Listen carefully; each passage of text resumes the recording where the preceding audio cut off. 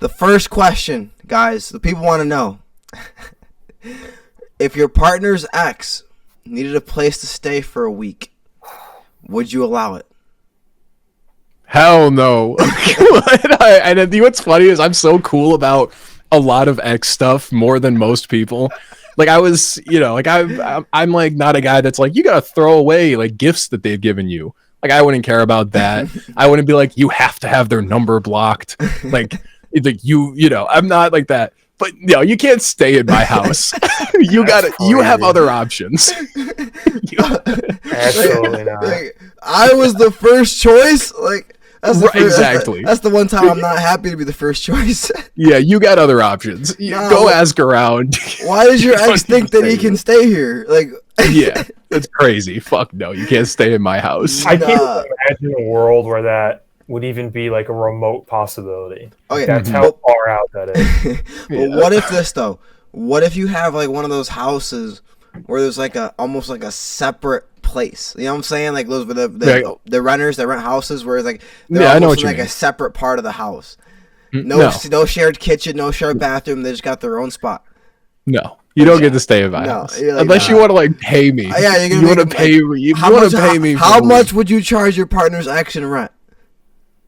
It would be robbery. It would be like $2,000 a month. I don't even think it would work.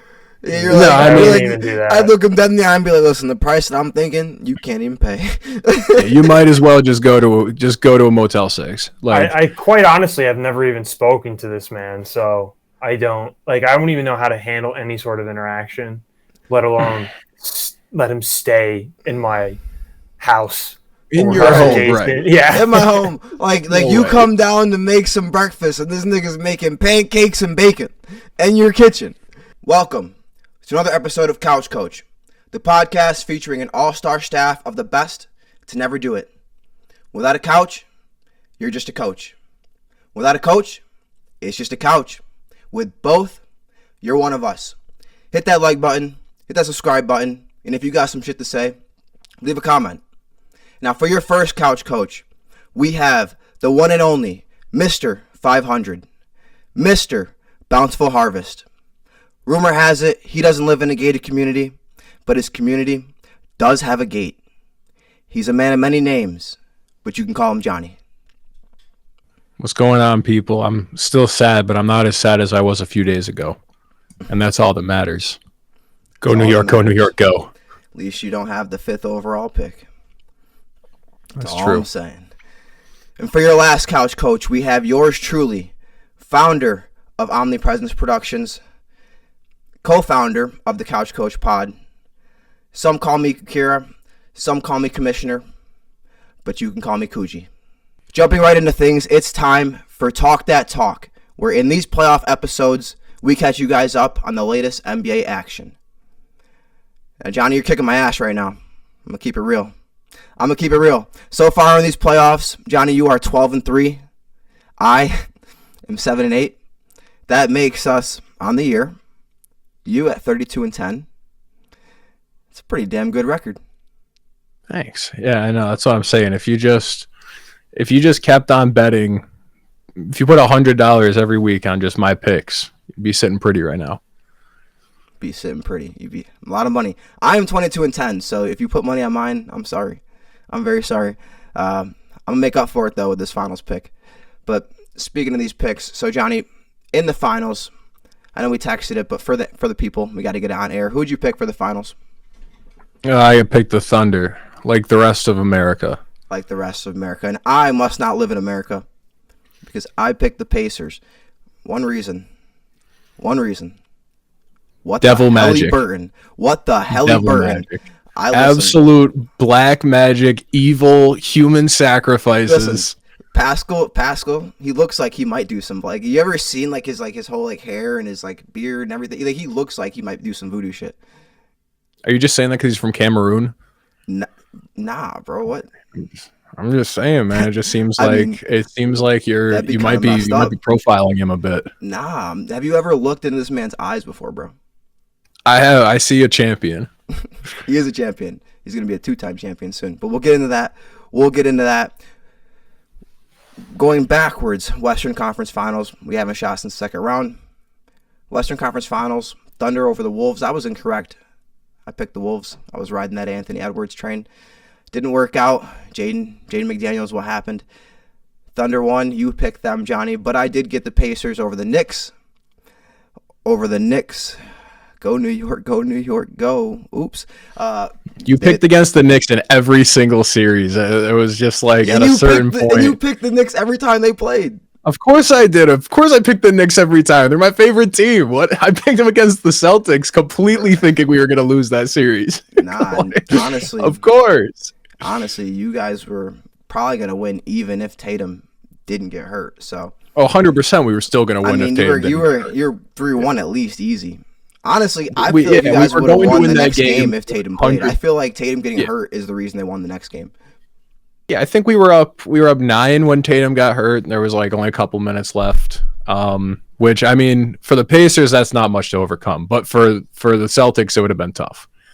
We were still winning that series even if Tatum didn't get hurt. I would take that.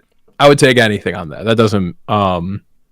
That doesn't concern me. But man, yeah, beyond that, we'll get into it more. But we'll get into it more. But Johnny, I don't think we have to wait to the end of the finals.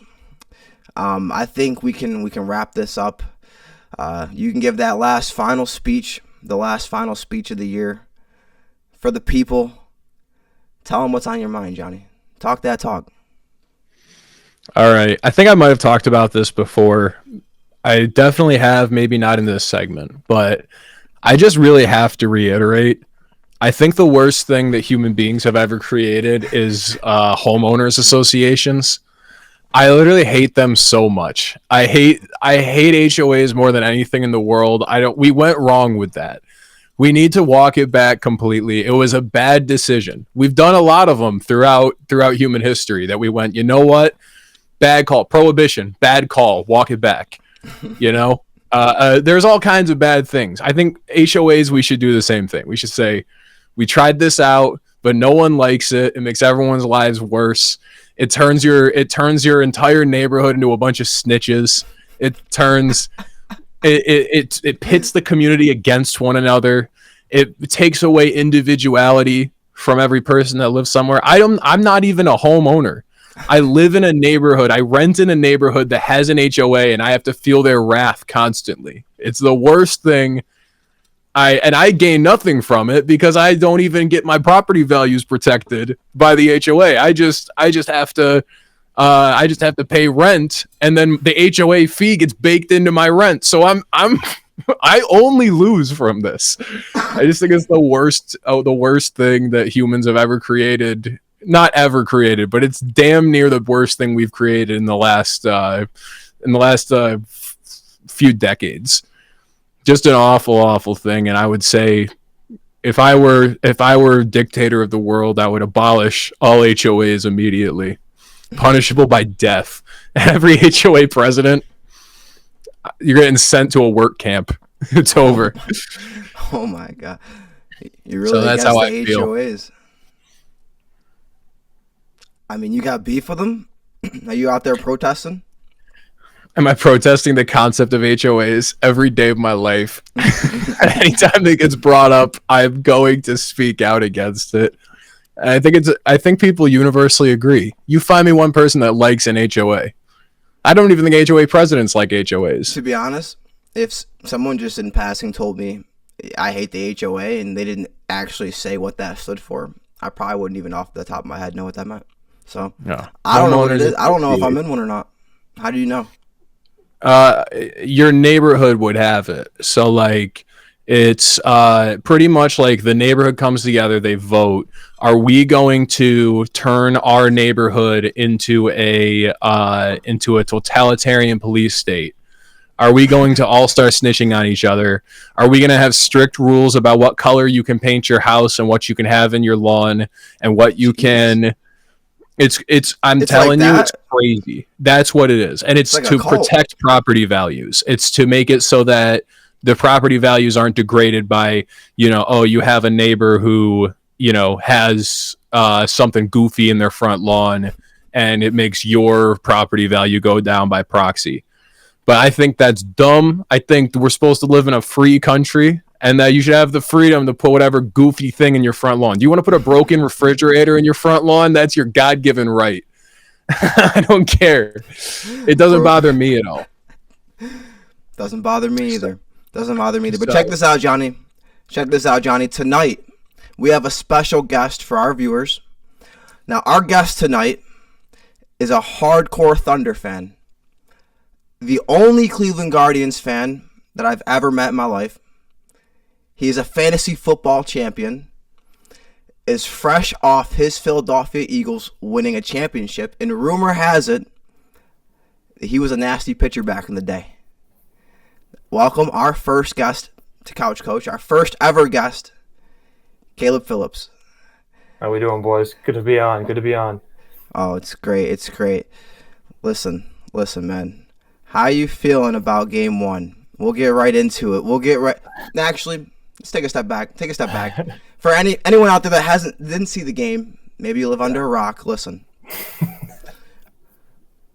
In game one, Pacers, they won 111, 110.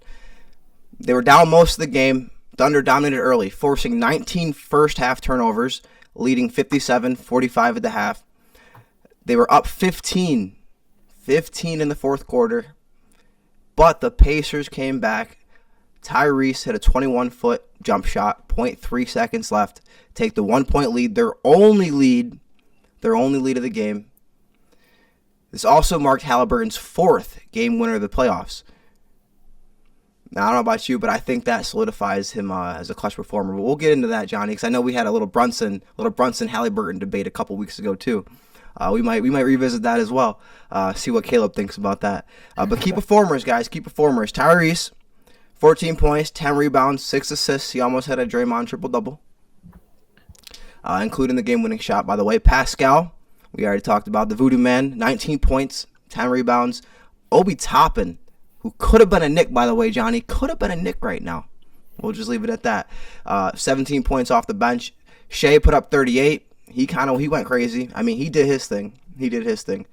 Jalen, Lou Dort combined for 32, but Chet Holmgren struggled, 6 points, 2 of 9 shooting. But what are your thoughts? What are your guys' thoughts on game one? Let's get Caleb first. What are your thoughts on game one, Caleb? From your perspective, what did you see? Yeah, I mean, I liked everything I saw for the vast majority of the game, unfortunately. And I think J-Dub put it well in his post game. Maybe it was Caruso. One of them basically was like that last 6 or 7 minutes. I think they weren't trying to be aggressive. They weren't trying to win the game. They were just trying to hold the lead, or they weren't trying to, extend anything. They just, hey, we got this lead, let's hold it. And it wasn't. So they kind of got off their game, I think, that last bit. And, at the end of the day, it's the best team they've played so far in the playoffs, I think. I mean, Denver probably is a little bit better with Jokic, and that makes a huge difference. But as a team, collectively, I think this is one of the stronger teams they've played. And defensively, that was the one thing I was surprised by with Indiana. I mean, you saw that with OKC. They shot under 40% from the field and 36% from three, well behind what the percentages that Indiana shot. So it was a tough one. I had to kind of talk myself off the ledge last night, remind myself it's game one. But that was a tough one. When you lead 46 minutes, 27 seconds and you lose, that's tough. That's a tough way to go down in a finals game, especially at home. So. No, yeah, it's tough. I mean, Thunder had a 96.4% chance of winning with 2 minutes left. And it seemed like what happened was because what I had to do, I had to go back and rewind the game and watch it from the beginning after it ended. So I saw the ending, went back, saw a little bit of the beginning because I was in for a conference. But it's funny because some people were watching it kind of in the other room. And when I walked out, they were telling me like, oh, we know who's going to win this. And honestly, I kind of felt the same way because the Thunder, what would happen is they would get up and then the Pacers would come back a little bit. But then the Thunder would get up by a little bit more and then the Pacers come back. And it was kind of that trajectory all game up until obviously they took that 15-point lead at the end. And then the Pacers came back. But, I mean, I pretty much 12 points at half. I thought it was over. But, Johnny, what are your thoughts on the game? Yeah. I was watching the game in the first half, and there was a point towards the end of it where they put up on the screen that the Indiana Pacers had 17 turnovers. And I remembered thinking to myself, I've been watching it this whole time. How have they had 17 turnovers? And like it didn't feel that way. And they were down maybe 11 with 17 turnovers. And I went, I don't even know how that's possible. And eventually I ended up seeing that of those 19 that OKC had in the beginning, the 19 turnovers, 14 were actual live ball steals. And the off of those 14, they only converted that into 7 total points. So and I think what it speaks to is what the Knicks were dealing with the entire time, and really at the core of why the Knicks lost that series was because Indiana controls the transition game on both sides better than any team in the entire playoffs. They will send 2 guys back in transition and not crash the glass. They will let you get that rebound, and they're not going to fight for a live ball. They'll just send them back and get ready on the other side, or vice versa. They'll have a guy that is waiting, and when they're playing defense, and if they get the turnover, the dude will be at the foul line on the other side by the time that the possession changes. And I think like that is at the core of why they ended up recovering from that many turnovers in the first half. Is like they just know how to mitigate the damage. And I guess that's a testament to Rick Carlisle. But it's so frustrating to play against them. When you watch, like, you know, I had to deal with it in the first, you know, in the Eastern Conference Finals. It's so frustrating because on both ends of it, they just punish you so bad in the transition game. And there's so many times where I would get so angry going, why, you know, we would get a steal and then run down, and Indiana already had 3 guys at the other side waiting. You know, it'd be a 2-on-3 somehow, even though we stole the ball. And so I think the Thunder was at the receiving end of that last night. But still, it's just, at the end of the day, you still have to, I don't know what it is, devil magic or just pure skill or what it is, but they just keep doing it. They just keep on being the first team to ever come back from this much with this much time left. Every single series. I don't know how it's possible. And I'll tell you what, I still think the Thunder are the far better team. Oh, easily. And I'm not wavering on my pick, but I will tell you that a heartbreaking Game 1 loss against this team can just alter the chemistry in your team's brain, and just you start making panicky decisions against them and letting them take advantage. And like, it's going to be a test of the mental strength of a young Thunder team.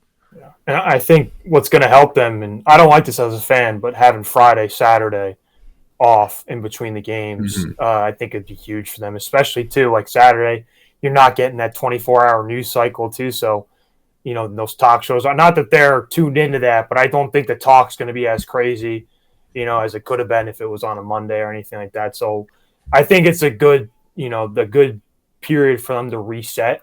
And I mean, at the end of the day, the biggest thing I kind of look at is, you know, they shot 40%.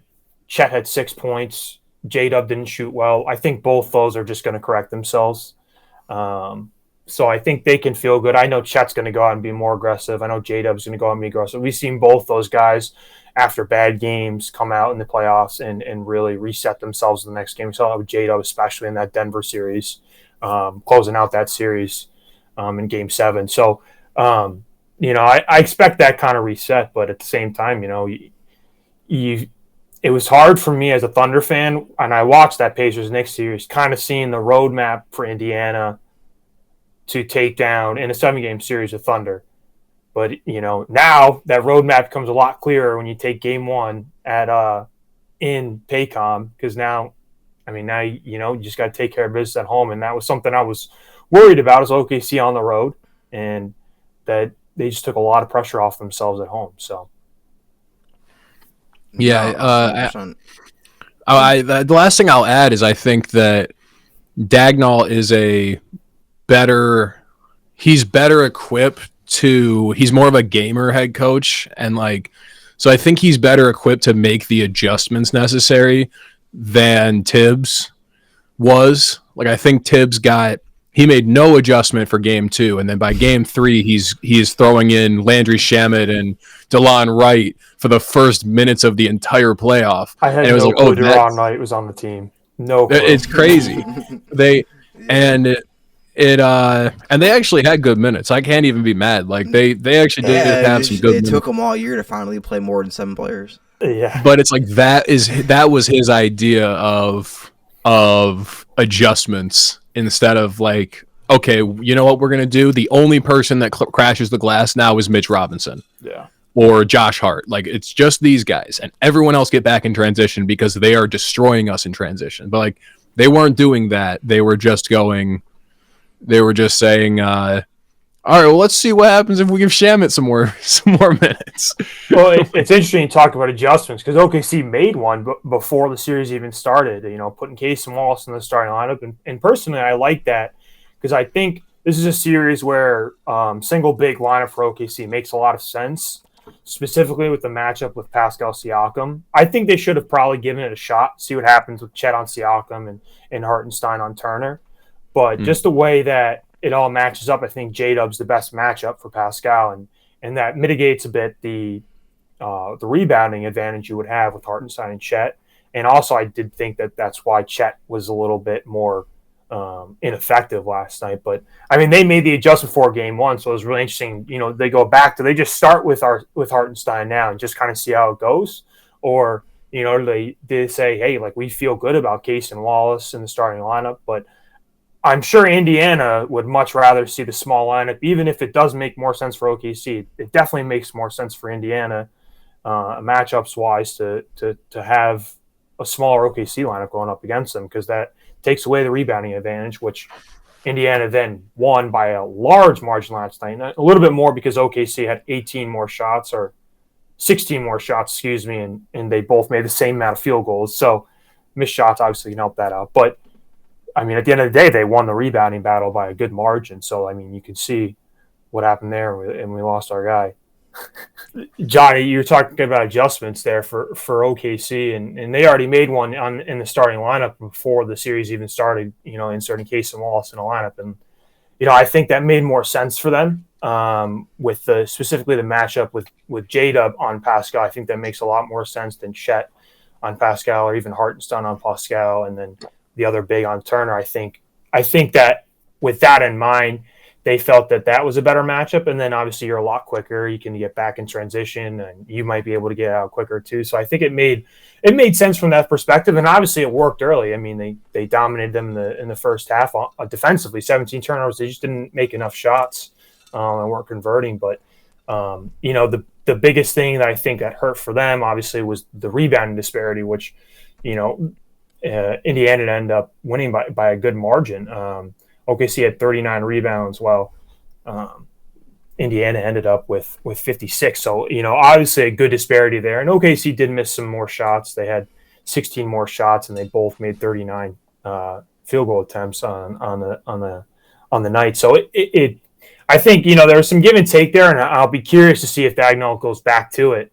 In game 2, do they panic? They go back to what worked for them, or do they kind of stay the course and say, hey, we made this adjustment for a reason. They didn't just do it, they didn't get down to the floor 30 minutes before the game. You know what, let's start casing. I'm sure this was very premeditated. I'm sure this was decided, Monday. So that will be interesting. And I wonder if maybe they'll even just try it. Maybe Hartenstein's the first sub off the bench for Kaysen, or for whoever, it'd probably be Kaysen, and maybe they try the double big. It'll be interesting. I think that's something that that will just be an interesting part, moving forward in the series. 100%. But while you're on that point with Dignault there, because obviously we're dealing with two small market teams here, right? So most of the world outside of those two cities, or the people that are fans of those teams, don't know a ton about those teams, right? Yeah. Me, myself, I don't know about you, John. I know who Dignault is. I obviously know he's a good coach, but I'm not super familiar with him as far as, like, right trajectory, where he started, where he's from. So, like, what's your opinion as a Thunder fan on Dignault as a coach? Like, do you think he's one of the better coaches in the league, or is he just, like, a good coach with a good team? Yeah, I definitely, I don't know if I would say, he's one of the best coaches in the league, and it helps when you have one of the best rosters, that we've probably seen in the NBA, in the last, post super team Warriors, and that definitely helps. But I think he's on this, like, analytical trend that we're seeing across the league. I think he's done a good job for the most part. I like some of the changes he's made to the team. Game 7, the Caruso decision on Jokic was huge. Maybe that wasn't him. It came whoever came from. Obviously, he's the one who pushes the buttons at the right times. I was critical of him last year. I don't know if you guys remember in the Dallas series, he had that challenge in Game 6 that I thought made zero sense. Not only was it a foul, it was on Shea at the end of the game. It was the shooting foul on PJ Washington or something like that. I don't want to, but I just remember thinking that I did not like that, because it also set up either it was going to get called a shooting foul, or you could see that there was something else in the play. Either way, it was not going to benefit the Thunder, and then the Thunder were out of timeouts. So then they couldn't call a timeout and set themselves up with, like, I think there was not a lot of time left on the clock. So I remember being critical of him last year. But at the end of the day, like, I think he can get the job done in this league. I don't think, I think we're not really in a league where your head coach can hurt you too much. But I think for the most part, he's pretty well received, throughout Oklahoma City. Tell you what, bad timeout and challenge management. I'm not gonna lie, is a problem. Honestly, I don't know what it is, but something with these young coaches. Whenever I see a young coach like a Steve Kerr when he started, or like. Yeah. I don't know how old he is. I think he's like 30-something, right? He's 39, yeah. So he looks young. He looks young, though. Like, you know what I'm saying?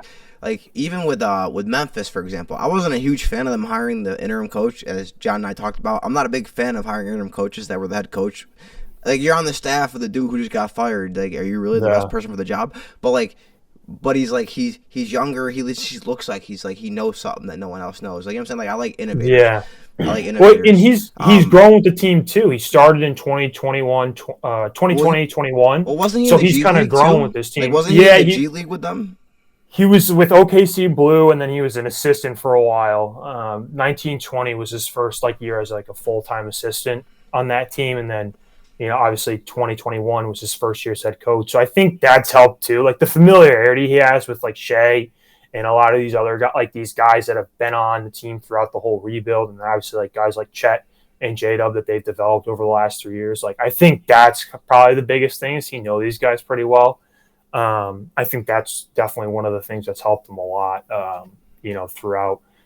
I mean, it's been 5 seasons now, which is kind of crazy thinking about. Yeah. No, and Johnny, here's a real tangent.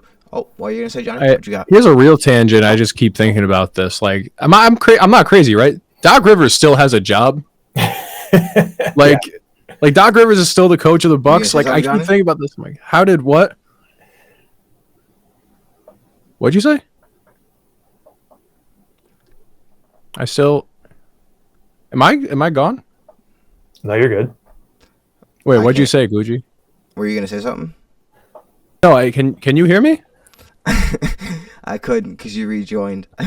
No, it's okay. The audio recorded you, but I couldn't hear you personally. Oh, okay. You could. Okay, I thought I was going crazy because I'm like, everyone's moving you still. kept going like this, and I was like, "What are you talking about? Like, what are you saying?" Oh yeah, no, I was saying, okay. What I said was, Doc Rivers is still employed in this league. He's still the head coach of the Bucks, and I'm like, and I just keep thinking like.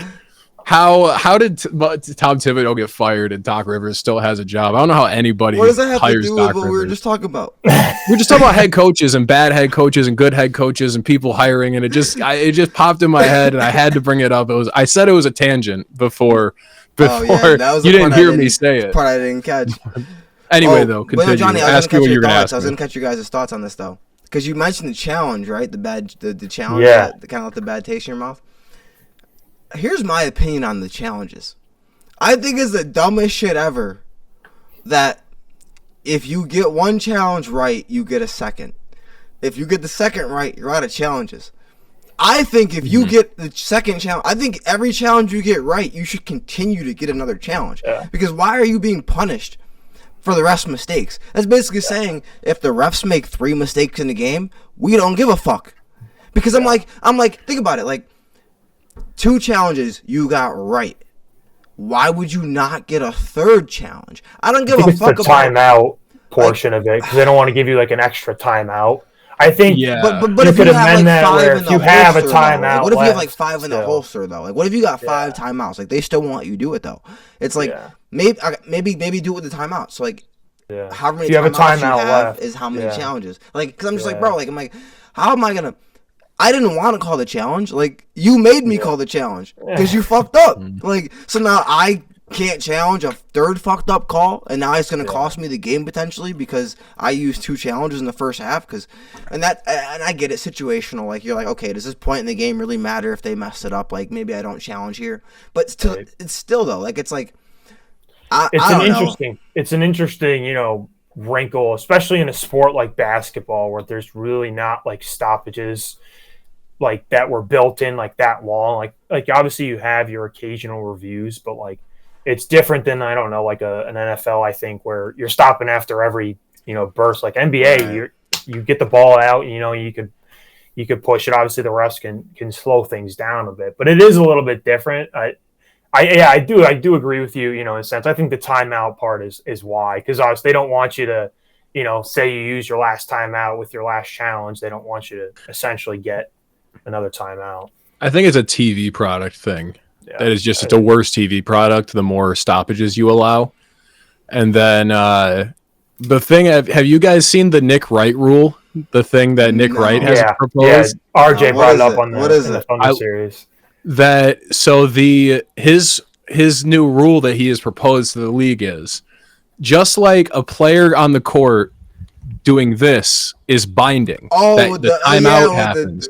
He thinks this should be binding as well. Yes. I agree. Yeah, I kind of like that rule a lot. Every play, bro. Every single play. Dude will miss a layup and he's like. Caruso had one last night where he smacked the shit out of someone's arm. And then he was like, they'd be out of but challenges the worst in the first one 2 was shots. Alexander Walker at the end of that. I think it was Game 4 in Minnesota. Absolutely just smashes SGA's wrist on a jump shot, and he's losing his mind, going like this. And they show the replay, and he's got like full forearm, and it's like, dude, like, what are we doing? Like, you're telling your coach to do that, and what if they just take your word for it? Now you just cost them a challenge and a timeout. They're cousins, right? Aren't yes? SBA Yeah. Did you hear about that? Yeah, they're cousins. Did you hear about that? They didn't really talk about it too much in the series. But hold on. It's weird. Back to the game though. My thoughts on this. So it's funny because they say a series doesn't start until the road team wins a game. And so, like, that already happened. This is, like, probably one of the first playoffs in this series. Or, I mean, the first playoffs is playoffs where the road team won the first game. I mean, the Pacers have done it a lot. But outside of that, I feel like, for the most part... Denver did in OKC. They had that Aaron Gordon... no, they did. So, and that's kind of where I'm... though, because the John's hopefully, point, though, like... The Pacers, so I literally watched the Pacers. So I was telling John, I watched the Knicks game, right? The Pacers-Knicks. I watched Karl Anthony Towns lead this game. I have never seen a human being on earth, breathe harder than this man when he was sitting on the bench. Bro, because to John's point, they were running every single possession after a make, after a miss. I mean, it's the craziest thing. But, I mean, I'll tell you this, though. If you told me at the end of the game, the Pacers would have 25 turnovers and Thunder would have 6, I'd say Thunder blew them motherfuckers out. So it is crazy, but one of the thoughts that kept coming in my head as I was watching was like, Rick Carlisle. I think Rick Carlisle is the X factor. I don't even know if he's a better coach per se than Daigneault, but I think it's almost like a been there, done that before situation. Like he's been there and done that twice now. I think Rick Carlisle is win it twice, but like he's been involved in it twice, and he's won one. I think he's the last like real X's and O's coach left in the NBA. Like I don't know if there's anyone else that I would say fits that description. Especially now that Pop's gone. Like, you got who else is a real like draw up a play X's and O's? We do Steve this. Kerr We make it second, but yeah, even Steve Kerr, I think, is so like, bro, like he used to be. Are him and Kuminga beefing? Like, what the hell is going on with him? Why was he not playing Kuminga, bro? Kuminga's one of the top 5 players in your team. I think he just sees him as a guy that makes bad decisions in big moments. Like he's talented, but give him a bag and he doesn't trust him in the big moments. He'll be our second best player. Mm-hmm. Crazy. But yeah, to your point too, Sunday game 2, 8 o'clock. But as a fan, it kind of sucks, man. I'm so used to a basketball game every night. So now it's like, oh man, I gotta wait 3 days. I'm sitting here watching like the NHL finals. I don't even know these two teams. I'm like, well, that's what helps. Something to watch. Yeah, I'm like watching the Guardians. Of course, they lose tonight on their manager effed them over tonight. How are they doing? How are they doing this year? 4 games over 500. I think they'll be in the playoff race if the owners decide to make any moves to the deadline. If they don't, they won't, and that's how it is every year. I'm a Sox fan, so it's weird. We'll go like 4 games over 500, and the next thing I know, we're like 5 games below 500, and I'm like, what the fuck? Yeah, interesting. Costas, you know what? I'm a little disappointed. John's a Yankees fan. Yeah, not like diehard. I'm not a big baseball fan, so he's a bandwagon. I'm not a bandwagon. I'm just like always, I'm from New York. I'm like, we'll. Like if they're winning, then if they're like playing, I'll cheer for them and whatever. But I don't care. Like they lost in the World Series this year, and like it didn't make me upset. I was like, that's kind of where I'm at with the Eagles. Like I root for them. Like I'm like, yeah, let's go win the Super Bowl. When they lost 2 years ago or 3 years ago now to the Chiefs, I was like, oh well. Yeah, I'm just not a massive baseball fan, but man. I've said before, I like the NFL more than the NBA, but I like the Knicks more than the Steelers. Yeah. Like the Knicks, like every time they would lose, it would brutalize me. When they win, like when they won the Boston series, like I felt like a pride in my heart that I've never felt in sports before. Yeah. That was like really how I felt when we won that Boston series. Well, Coogii can relate to this with me. It's tough when like your team wins and you're like, I'm an OKC fan in northern New York. Like I can't, like you're in New York. There are Knicks fans like all around you. You know what I mean? So like that's got to help with that too. Like where you just that state pride. I mean, you're not like going down in Times Square with some of these bing bong people, but you're having like it's different. So. That's what's going to kind of suck. Like, even if OKC does pull us out, like, I'm like, I'm just like sitting in my room.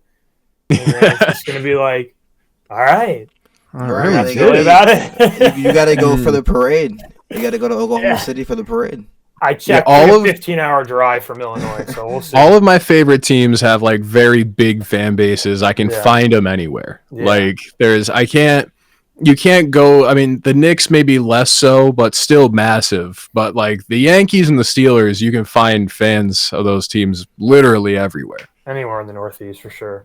So it works out. Well, I mean, I don't know if you know. I live in South Carolina now, so I live way down. Yeah. So still, even down there, I'm sure there's plenty. Yeah, and I live on Hilton Head, so there's a lot of North transplants. Yeah, so they're all over the place. What was I going to throw in at the end here? We were talking about I don't know. I lost it. Doesn't matter. We were talking about coaches, but Jonathan Kuminga. Yeah, I don't know. You know who I haven't been able to watch play in a while, Johnny? Who's that? Norman Powell. Yeah, that's true. Yeah, I don't know if you know, but this Caleb, show moonlights as a Norman Powell fan podcast. It's a Norman Powell fan podcast. Hey, I'm the only one here I'm the only one in the world that's a true fan. He's a true believer. Just like I'm a true Nico Collins fan, he's a real Norman Powell fan. Like we just show up for our newly minted All-Stars.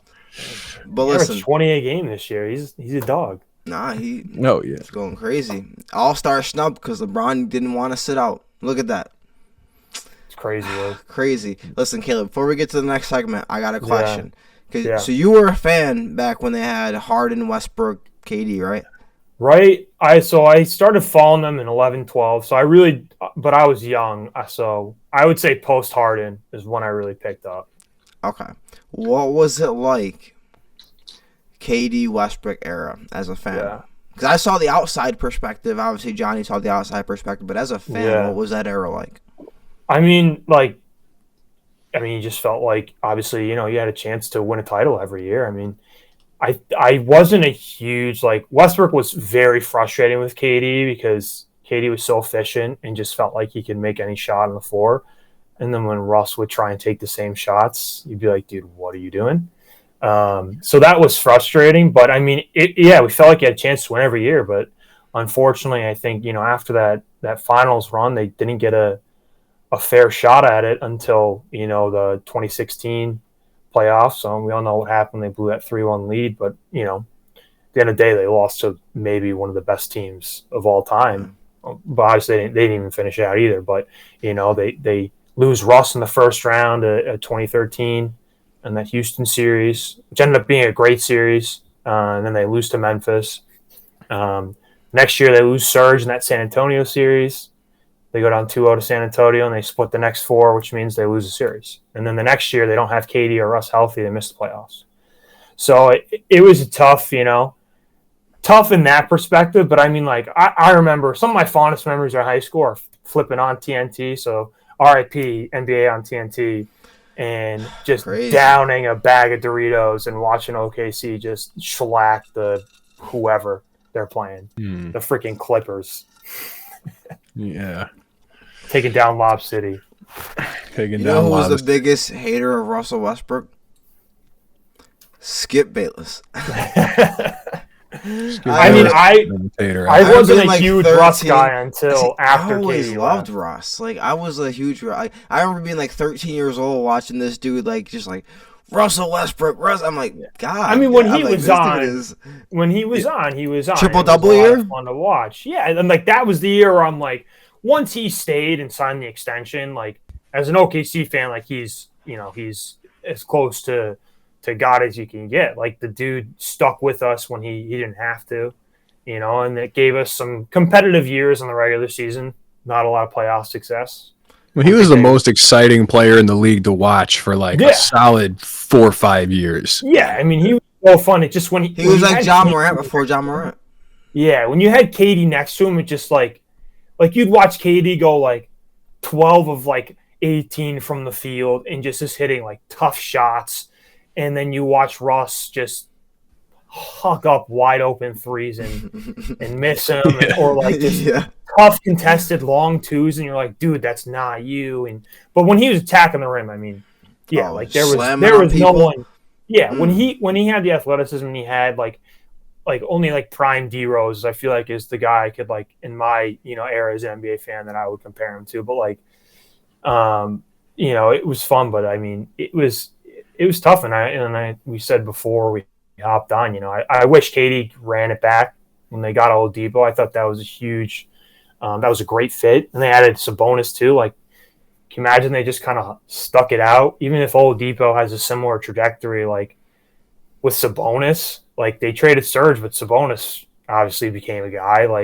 Right. It would have been really interesting, and maybe they go after PG too, and they built and they had the pieces. They traded Oladipo and Sabonis. They still could have had a PG without giving, you know what I mean? So who knows, but I like where we're at now, and then at the end of the day, as I know we're transitioning kind of out of the finals, I still feel pretty good my original pick was OKC in 5. Not feeling too good about that now, but I still feel the pathway for them it's tougher now. You got to probably win 2 on the road unless you want to go to 7 games. You definitely can't lose at home anymore. So, but I still feel pretty solid about it. We'll see how I'm feeling after Sunday night, obviously. Yeah, we'll see. We'll see. I'll tell you what, I need this pick because Johnny's, like I said, Johnny's killing me right now. He's killing me right now. But I had a future on OKC from July, so last year. Really? Dang. Yeah. When they signed Hartenstein, I locked that in. So I'll tell you what, I miss Hartenstein. Yeah, before the playoffs, I could have cashed out pretty close to full value, which is kind of wild. Now the cash out isn't looking too nice, but pretty crazy. Yeah. Well, I mean, I don't think you have too much to worry about unless you go down 2-0. If you go down 2-0, that's killer. Nah, it's this game 2 is huge. The game 2 is huge. They can't lose. Even if you win game 2 and you lose both in Indiana, you come back home down 3-1, and game 6 in Indy would be tough, but I think there's a desperation you could have in game 6 that can carry you on the road, and then obviously you get a game 7 at home. I think you're feeling pretty good about that. So once again, like we said, game 2, that's huge. Like I know if they lose game 2, it's going to be near impossible. It's gonna be tough. Yeah, no, it may definitely make it tougher. 3-1, be a lot different than 0-2. Unless they happen to win 2 straight after, then we're looking at a whole different series. You never know. I mean, it's interesting. 2 teams are so it's tough because we usually get a team that's really deep versus a team that's not super deep, but we have 2 teams that are super deep. Yeah, and so. You see what this Pacers team does to people, though? Andrew Nembhard is a dog. Like, I'm watching this dude play, and I'm like, bro, you would think he's the best player on the team the way he plays. Yeah, he was the best player on the team last night, I think. The Pacers warp your brain. They literally they do something so crazy where it's like, you are the best team in the league by far, a historically great team, and you're like, I just hope we can win game 2. Yeah, it's great. Dude, you should have seen me in this group chat before the game and like throughout the game. I'm like, Haliburton. I'm like, yeah, and I'm like doubling down. I'm like, Jada might be better than Haliburton. I'm like, I feel pretty good about that now. And then but it's just insane what they do. I mean, but that's honestly at the end of the day, like I was thinking, like, if we won in 5, like, would it even feel great? Like, if we win this series now, like, I'm gonna feel a lot different than I think I would have with how everyone in the world was saying that this series was going to go. So, at the end of the day, like, hey, I think it'll be more fun as a fan now. My blood pressure might be up and I might be on a ledge a couple nights over the next couple weeks, but at the end of the day, it'll be a little bit more fun. Yeah. They're a terrifying squad. They're a terrifying squad. 7-game series would be cool, though. I like Game 7, best 2 words in sports. But listen, Game 7 in Paycom. But listen, for our next segment, we're bringing in a brand new segment to Couch Coach. It's called Odd Man Out. Now, in this segment, we will test the GM prowess of our couch coaches and occasionally our guests. Now, who will be the odd man out and whose team would win a best out of 7 series? Make sure you let us know in the comments. And here's what we're going to do. I'm going to give you some career statistics of point guard, shooting guard, small forward, power forward, and center. You both are going to alternate. So we'll figure out who goes first, however we figure that out. And what's going to happen is that person picks between the 2 players. The odd man out goes to the player not picking. The next time, that player that was the odd man out picks first, and whoever's left over goes to the next player. At the end of this, we're going to have 2 teams of 5, point guard through center, and we're going to discuss what team we think will win a best out of 7. All right, I'm ready. All right, so our first player. Caleb can go first. He's the guest. He's the guest. Hey, I respect. I love it. Gentlemen. Appreciate by it. heart. Of course. Hey, us champions, us champions, we have to look out for each other. Us former champions, coming back, right, Commissioner? Yeah. You already know. So we're looking at point guards right now, Johnny. Not Johnny. Caleb. Yeah. My bad. I just know naturally Johnny's a scumbag, so deep down I figured he went first. All right, Caleb. So we have 2 point guards. First one, averaged 14.3 points per game, 8.5 assists per game, 3 rebounds per game, shot 42% from 3, and averaged 2.9 turnovers per game. Okay. Second point guard, averaged 9.8 points per game, 7.9 assists per game, 4.5 rebounds per game, shot 32.4% from 3, and averaged 2.7 turnovers per game. See, I feel like this is all this is all a trick. Like this is him messing around. He's gonna be like, I'm gonna put these teams. The second guy was actually Jason Kidd when he had the flu for a series, and the first guy was JJ Barea. Let me preface. These are career stats. So for some of these players, they could be great players that maybe had a few years at the end. They weren't that great. Yeah. Right. Okay. Career stats. Stats. But I'm going to put this in 2K and see who wins. All right. Well, I mean, I think I got to go with the 14 points, 42% from 3. I mean, it would be stupid, I think, not to at this point. So I'll go with the first option for my point guard. So, Caleb, you have picked Steve Nash.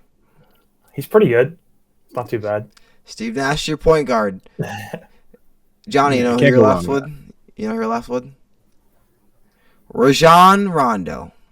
Ooh. That's not terrible. I'll take Rajon Rondo. That's not bad. Not terrible. Hey, but teams, chemistry matters. So, the combination of these players could also matter.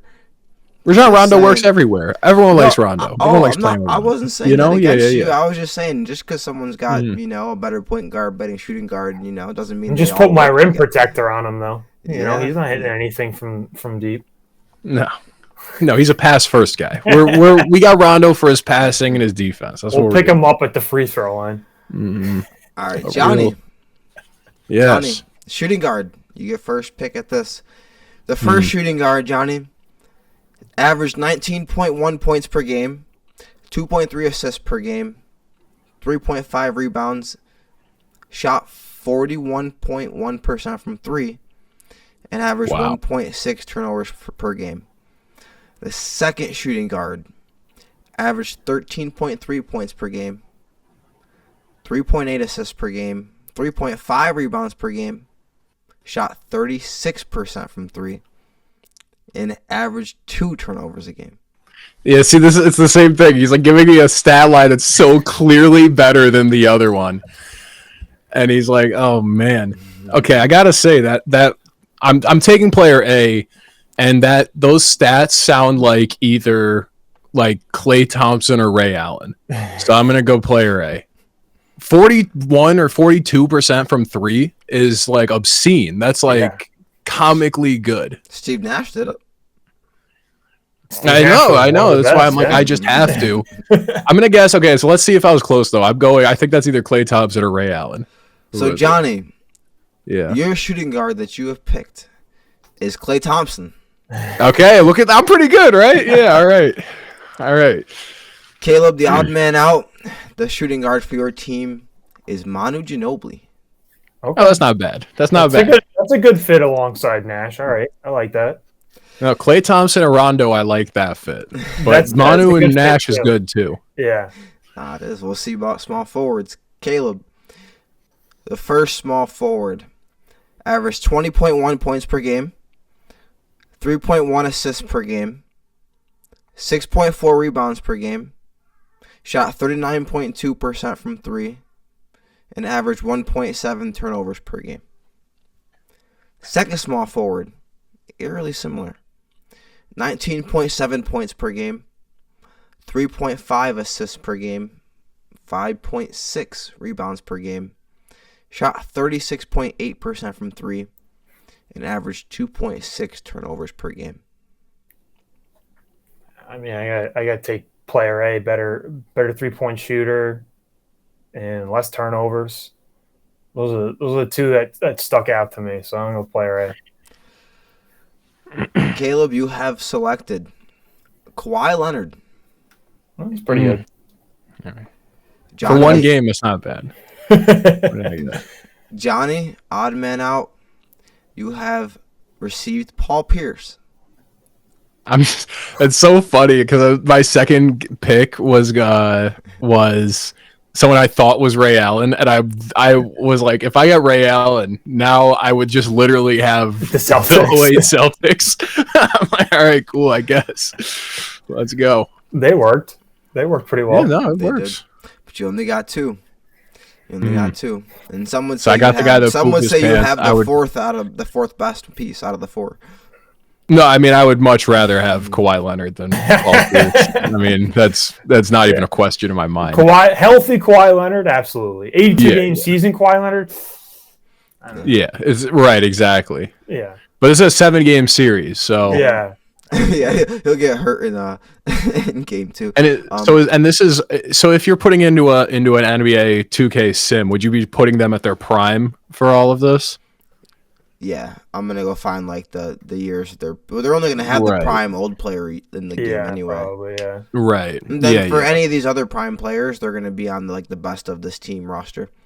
Yeah, I mean and I'll just do like a roster, Caleb's team is just you're putting prime Steve Nash and prime Kawhi Leonard is just obscene. Like what? I mean, prime Rondo's very good, and prime Paul Pierce is very good, and prime Klay Thompson very good, but like it's like prime Steve Nash is just an all-timer. Could get more interesting. Power forwards. Yes, while some may think that there are not 5 positions on the NBA court because we play positionless basketball now, there are power forwards. They do exist because Anthony Davis was crying that he wanted to be one. All right, I have to go for Kevin Garnett. I have to find him. Where is he? The first power forward, Johnny. Averaged 17 points per game, 3.2 assists per game, 9.2 rebounds per game, shot 36.8% from 3, and averaged 2.2 turnovers per game. Do we have blocks for this? I feel like blocks would be nice to know for a power forward. For you? For a power forward, I just feel like I would like to know blocks. We're wondering for Nash, it was 0.1 over his career. That would have made a difference. Yeah, 0.1. 0.1 blocks. Okay, understood. That's really funny. I care about you, Johnny. Thank you. He averaged 1.6 blocks per game. That's good. Okay. 1.6 blocks is not. There. That's good. Okay. Yeah, that's pretty solid. The second power forward averaged 19.1 points per game, 1.9 assists per game, 8.1 rebounds per game, shot 32% from 3, had 1.5 turnover per game average, and we're getting his blocks right now. So it's a male, okay.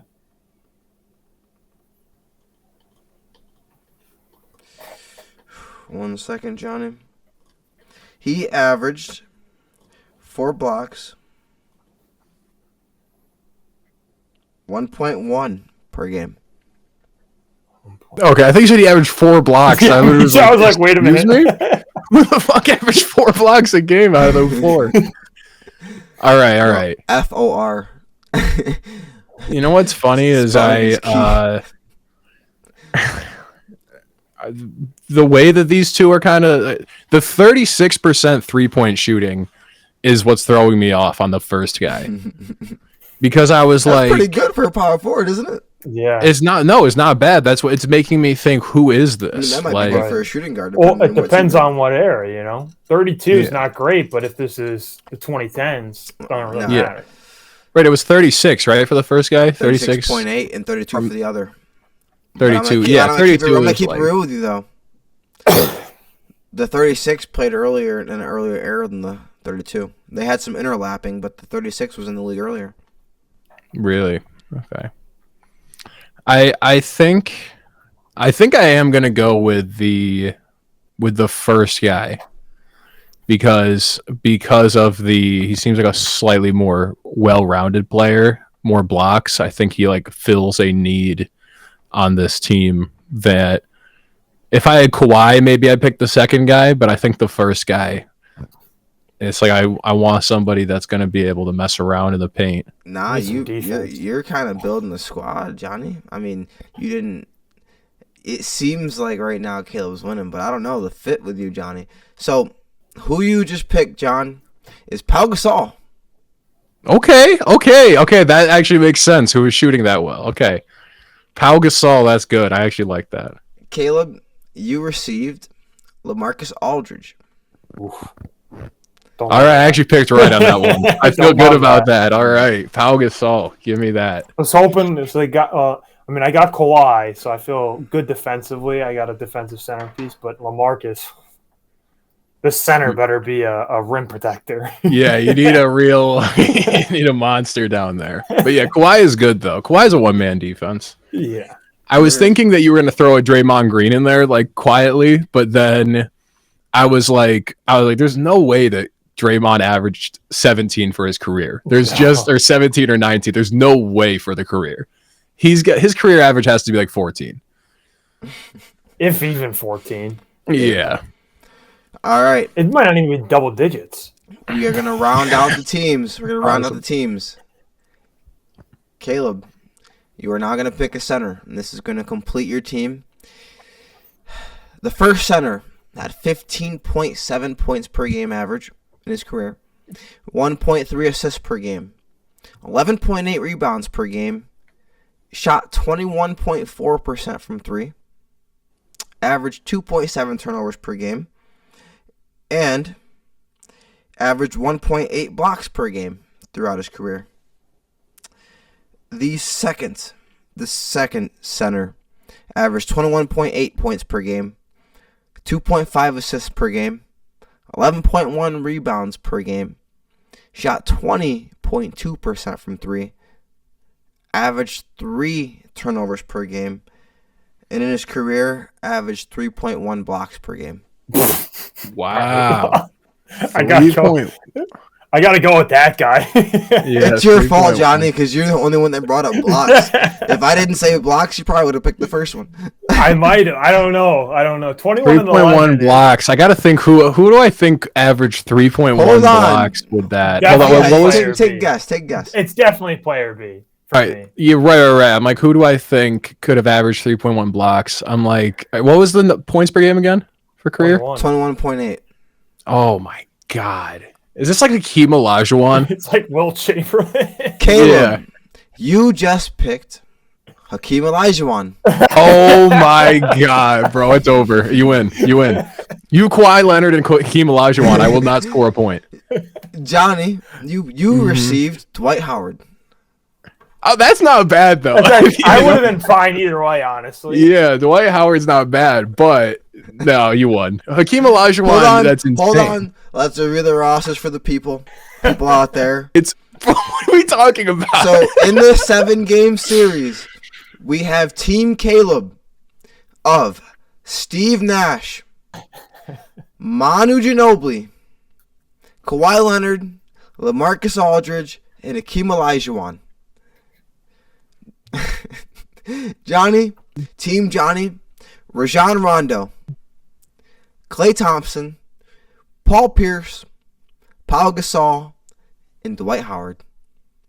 I think you have the first, second, and third best player in these games. I really do. I think like maybe fourth is prime Dwight, fifth is probably like prime Paul Pierce, but then it's like who knows? It's a crapshoot. But yeah. So you think Caleb's team wins in a 7-game series? I think I think he might sweep in a 7-game series.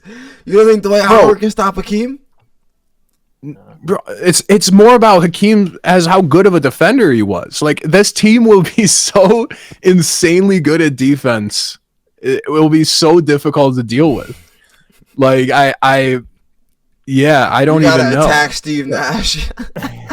Yeah, that team is unbelievable. LaMarcus and Steve Nash. Those are the two players you got to attack because the other three, I don't know. You said 3.1 blocks, and I was like, immediately like, that is such a high number. When I saw it, I was like, because you said 4 was high, and I was like, I saw 3.1. I was like, oh shit.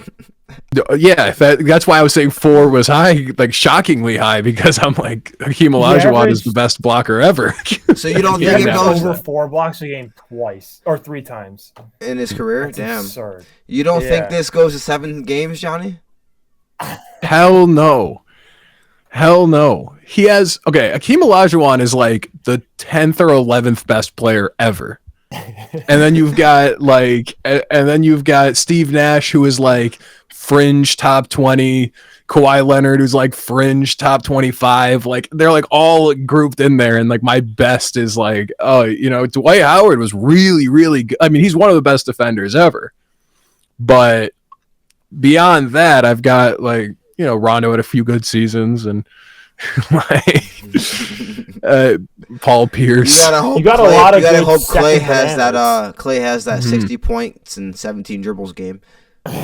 Yeah, I do. My team is Dwight Howard and then like 4 Robins. Yeah. That's what I've got. Klay Thompson gave me nightmares for the better part of my senior year of high school. So. Oh jeez. Yeah. But damn, Prime Clay was Johnny, no joke. Your team's gonna give you PTSD. Goddamn. Yeah. Pre-ACL Clay was no Clay. joke. Clay hits 1-3 and I'm out of the room. I'm just gone.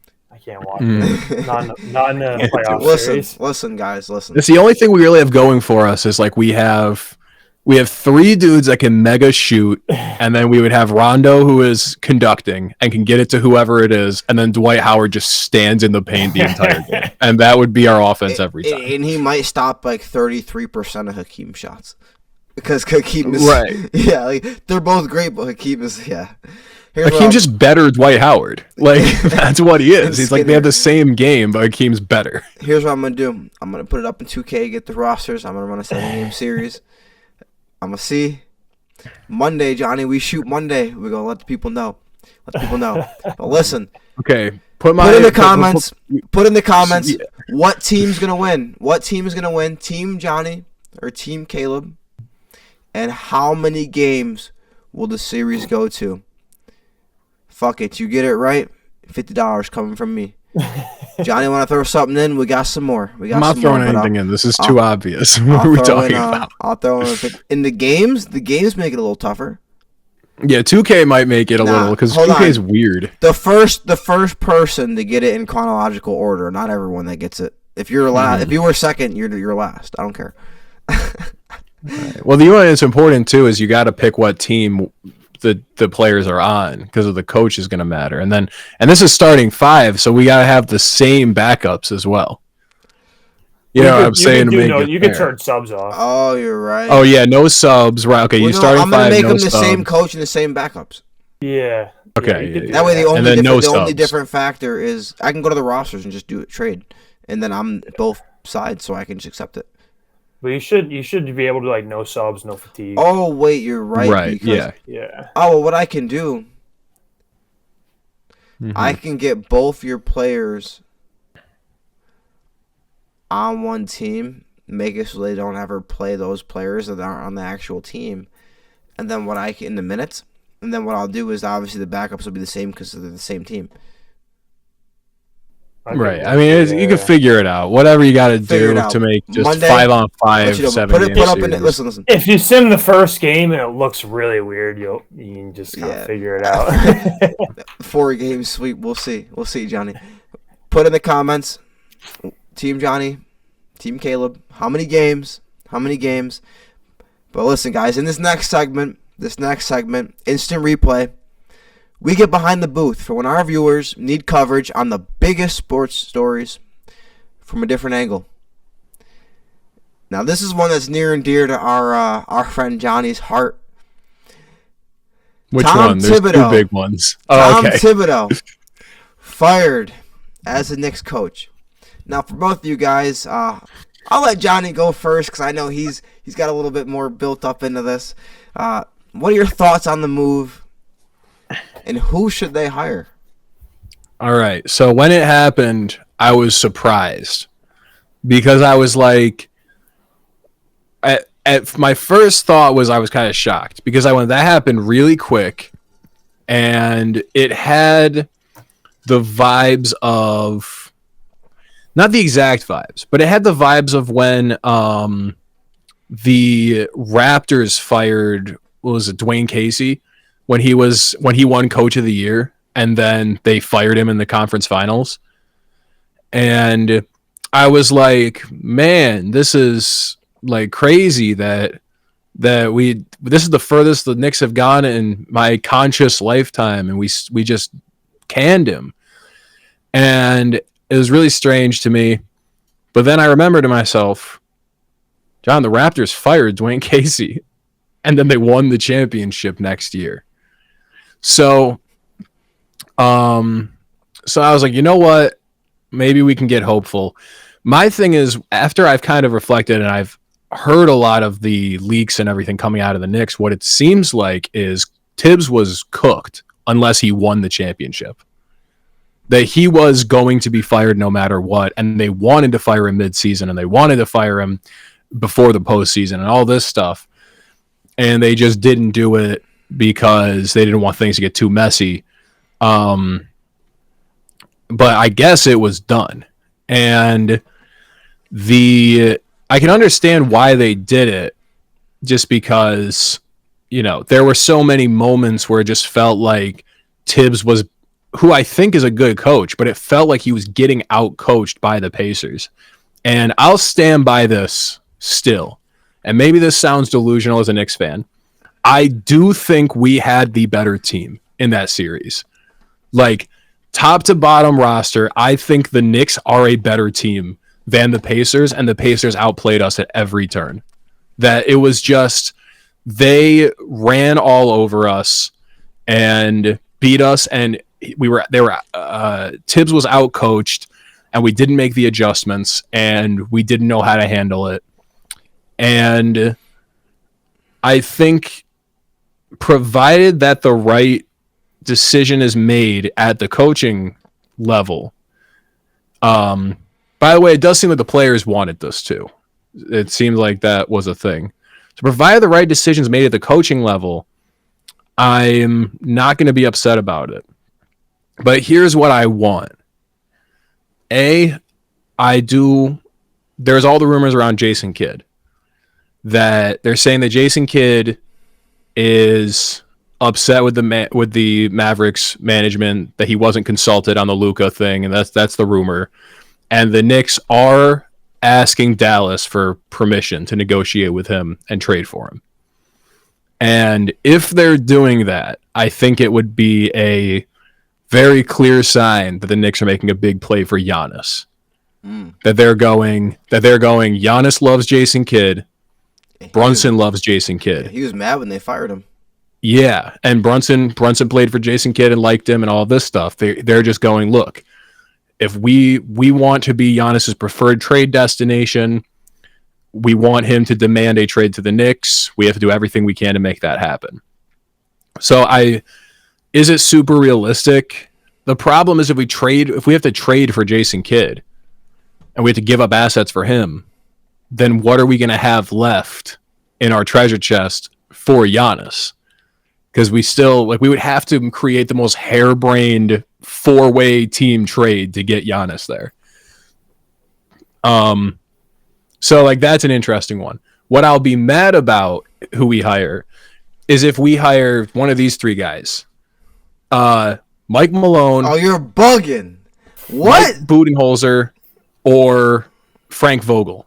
Mike Malone. I would be mad if we hire any of these guys. Because that's no difference from Thibs. What do you mean? They're Mike Malone's all a way better coach. Mike Malone's the same coach. He's got a championship.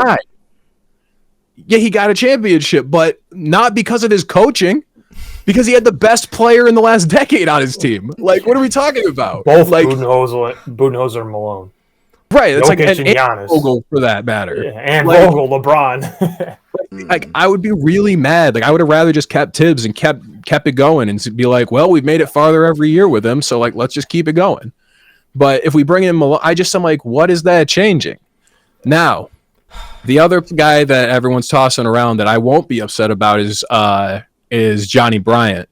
because it's just one of these like, you know, young guy who everyone thinks is a whiz kid and has his own idea of how to run a system would bring something new in there.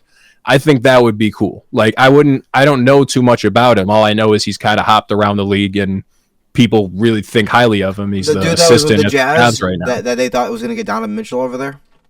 Right, he's the assistant. He helped develop Donovan Mitchell. He was with the Jazz for a while. He's a play-up development.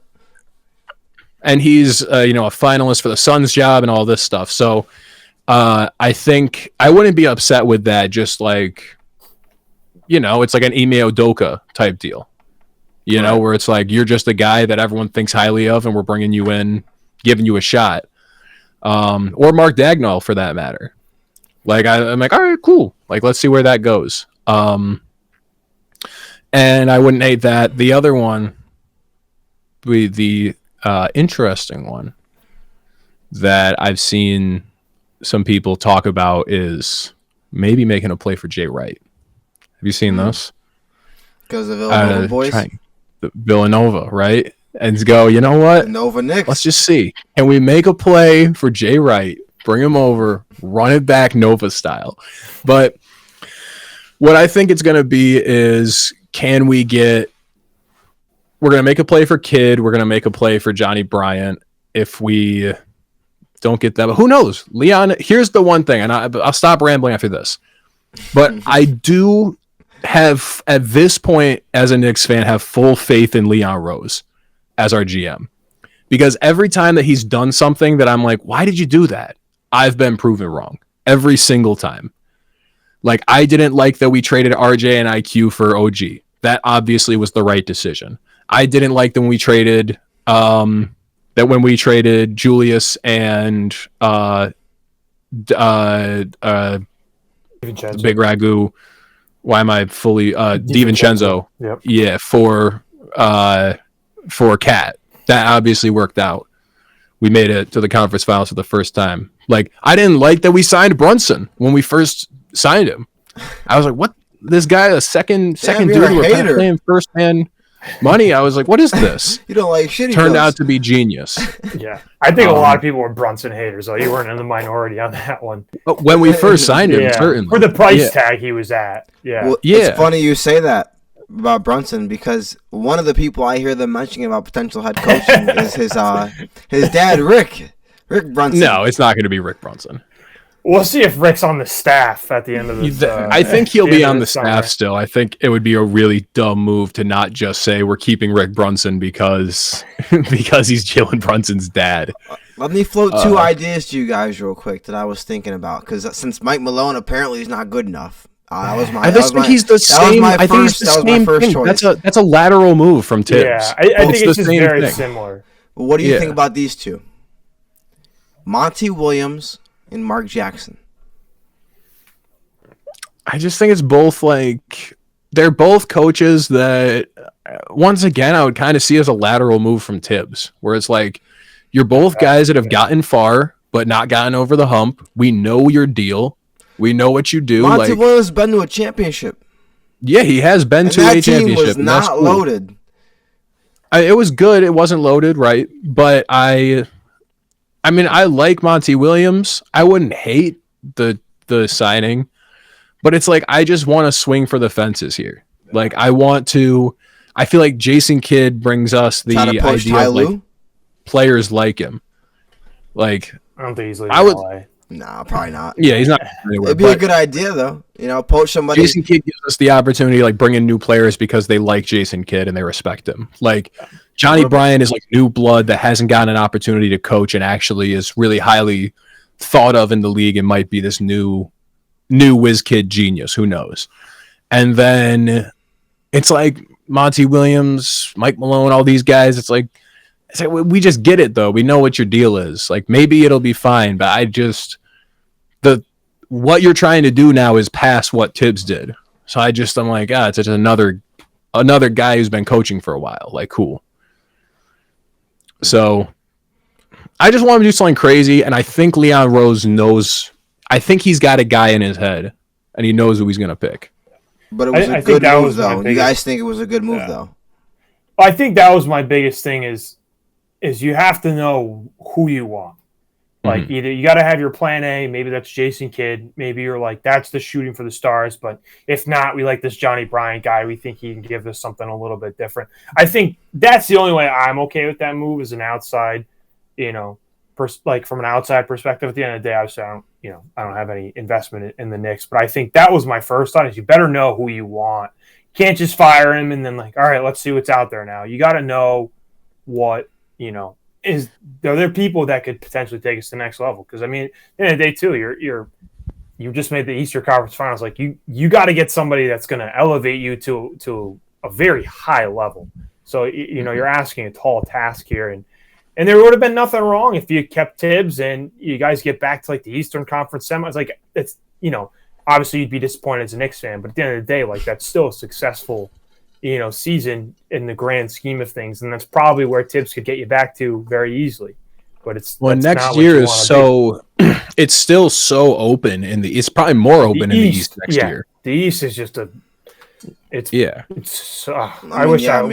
were in the East with Tatum's injury. I think like the Celtics dropped down to probably like 5 or 6. Like I think they'll still make the playoffs, but they won't be. That just shows you how weak the East is. You lose a top 10 player, and you're still probably a playoff lock if you don't change your roster. They would have still been better than the Bucks this year, I think. Yeah. Now the Knicks and the Pacers both. I feel this truly. If the Knicks and the Pacers both don't make the Eastern Conference Finals in this next season, they both failed big time. They choked a giant opportunity. The only other team that has an opportunity to get there is the Cavs. Yep. Yeah, like my championship pick that didn't happen. That's tough. My rule this whole season, by the way, I'm a Donnie fan, Utah Jazz. For why I've been the way I've been stacking up these wins in my picks is my rule for the whole season has been you'd be dumb to bet against the Thunder literally ever. Yeah. This whole seain. I'm like they've just been beating the brakes off everybody. The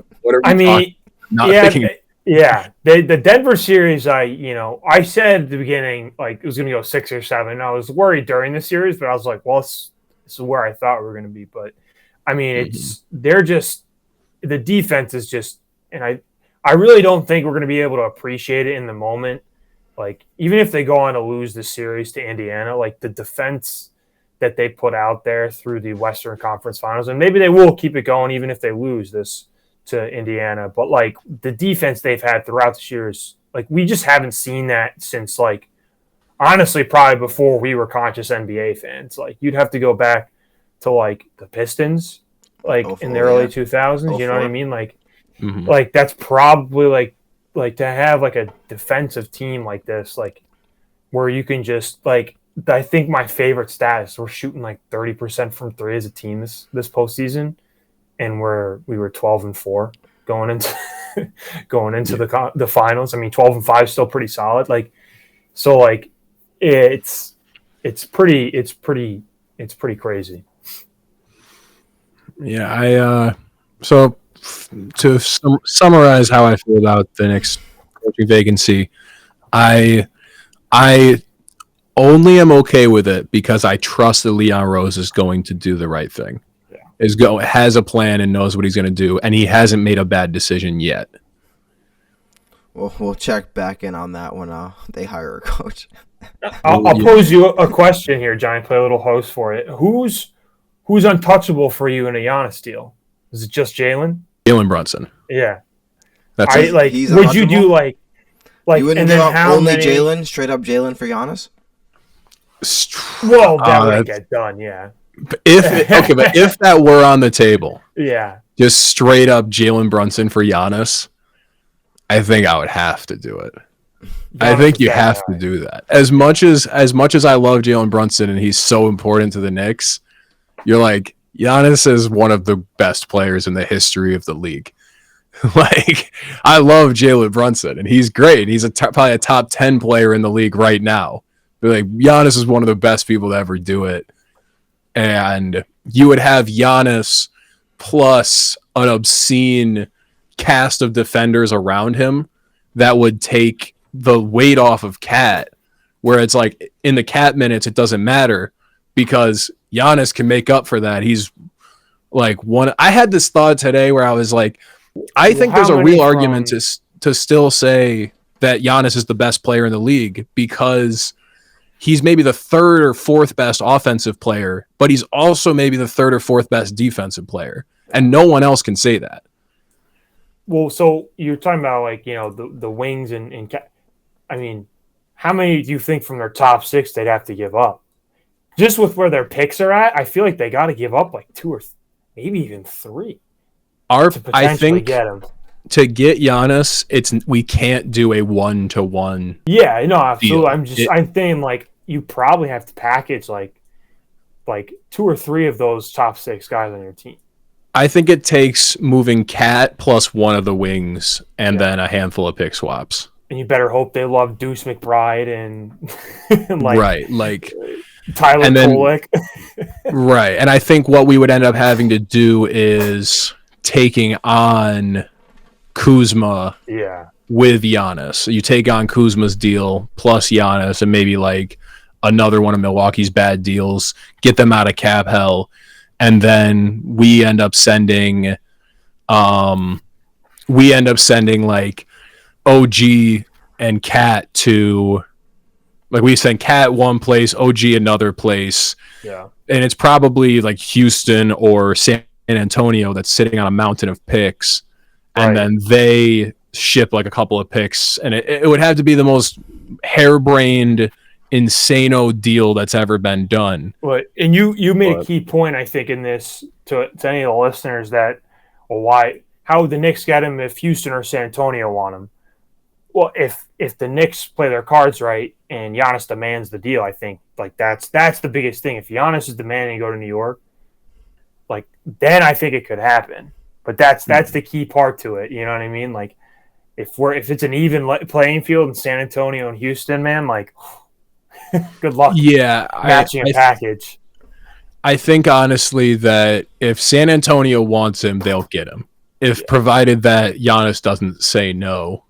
Right. But like if they really want to, they have infinite capital to pick him up. Man, I mean Milwaukee's really in an interesting spot because it's like we could also just, you know, hold on to top 2, 3 player in the league. He's 30, and we could just be the 7th seed for the next 6 years.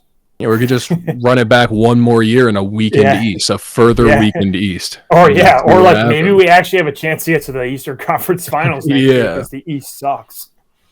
Oh my God. Think honestly, Dame getting injured again, Dame popping his Achilles, I think is what changed it all. Yeah, maybe. It's just not going to happen. They're going to probably have to move him. Yeah.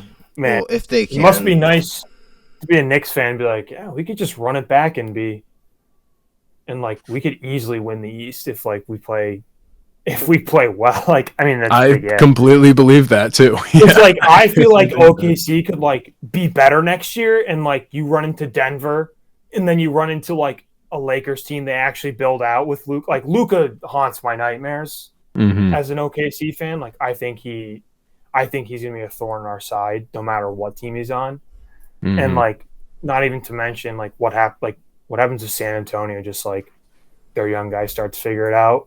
Right. And there's a real possibility that San Antonio just is a 50-win team next year. Yeah, and like in like Houston, like, you know, maybe they make a couple good moves. Like they obviously are sitting on a treasure trove of you know assets with where they're at too. And like Udoka's a great coach. Like the Thunder might be a 60-win team for the next 5 years, but like there's a very real possibility that they don't get back to the finals. And that's also where I'm kind of like, let's get it done against this Pacers team. Like we're clearly more talented, but it doesn't matter. It doesn't always matter, talent, apparently. But listen, guys, we're going to go from the NBA to the NFL real quick. Another team near and dear to Johnny's heart. Yeah. It's funny, this whole thing is just your team, John. A lot of news this week. Aaron Rodgers, the bad man himself, Aaron Rodgers, signs with the Pittsburgh Steelers. Now, guys, what is the ceiling and the floor for the Steelers and A-Rod next year? The ceiling is 9-8. And will he play? Will he play like he did in Green Bay? But with that answer, I think I know your second answer. No. Okay. For zero shot, he plays like he did in Green Bay. He's going to voluntary minicamp. He hasn't done that in his career. Yeah, he did. He did with the Jets in his first season. Voluntary? But yeah, in the first season with the Jets, he did. Wasn't on a retreat. No. Wow. That was before he went to the Jets. But yeah, he went to the Jets in his first one. He was taking it very serious. Everyone was like, "Oh man, maybe." The ceiling's 9-8, hard ceiling of 9-8. And the floor is as low as it can get because we said this before. Caleb, you're not. I don't know if you've seen anything else with this. But I am Aaron Rodgers' number one hater. I have hated Aaron Rodgers forever. I've even been like, when he was good, I still thought he was overrated. I was like, I've never been a guy who fully bought into Aaron Rodgers. And then since he became the guy he is now I truly can't stand him and constantly take shots at him. Constantly, I am going, he is pure locker room cancer. I don't know how any self-respecting franchise could ever even consider bringing him in. I said all season, like, people would go, wait, what if the Steelers ever brought him in? And I was like, I would lose faith in the Steelers as an organization forever if they brought him in. It would change how I see them. I would not think of them as a well-run organization anymore. But then I also added in, but it would be the funniest thing that could happen if we signed Aaron Rodgers. And now we're fast forwarding maybe a full year. Here we are. Aaron Rodgers is my quarterback, and I just have to deal with this circus for the next year. He might have another 3 or 4 years in him. It's a 1-year contract. Thank God. What do you think about the signing, Caleb? I mean, hey, you got some winnable games right out the gate. You know, you never know. You might be 4-1. Feeling pretty good. Yeah, Jets week 1.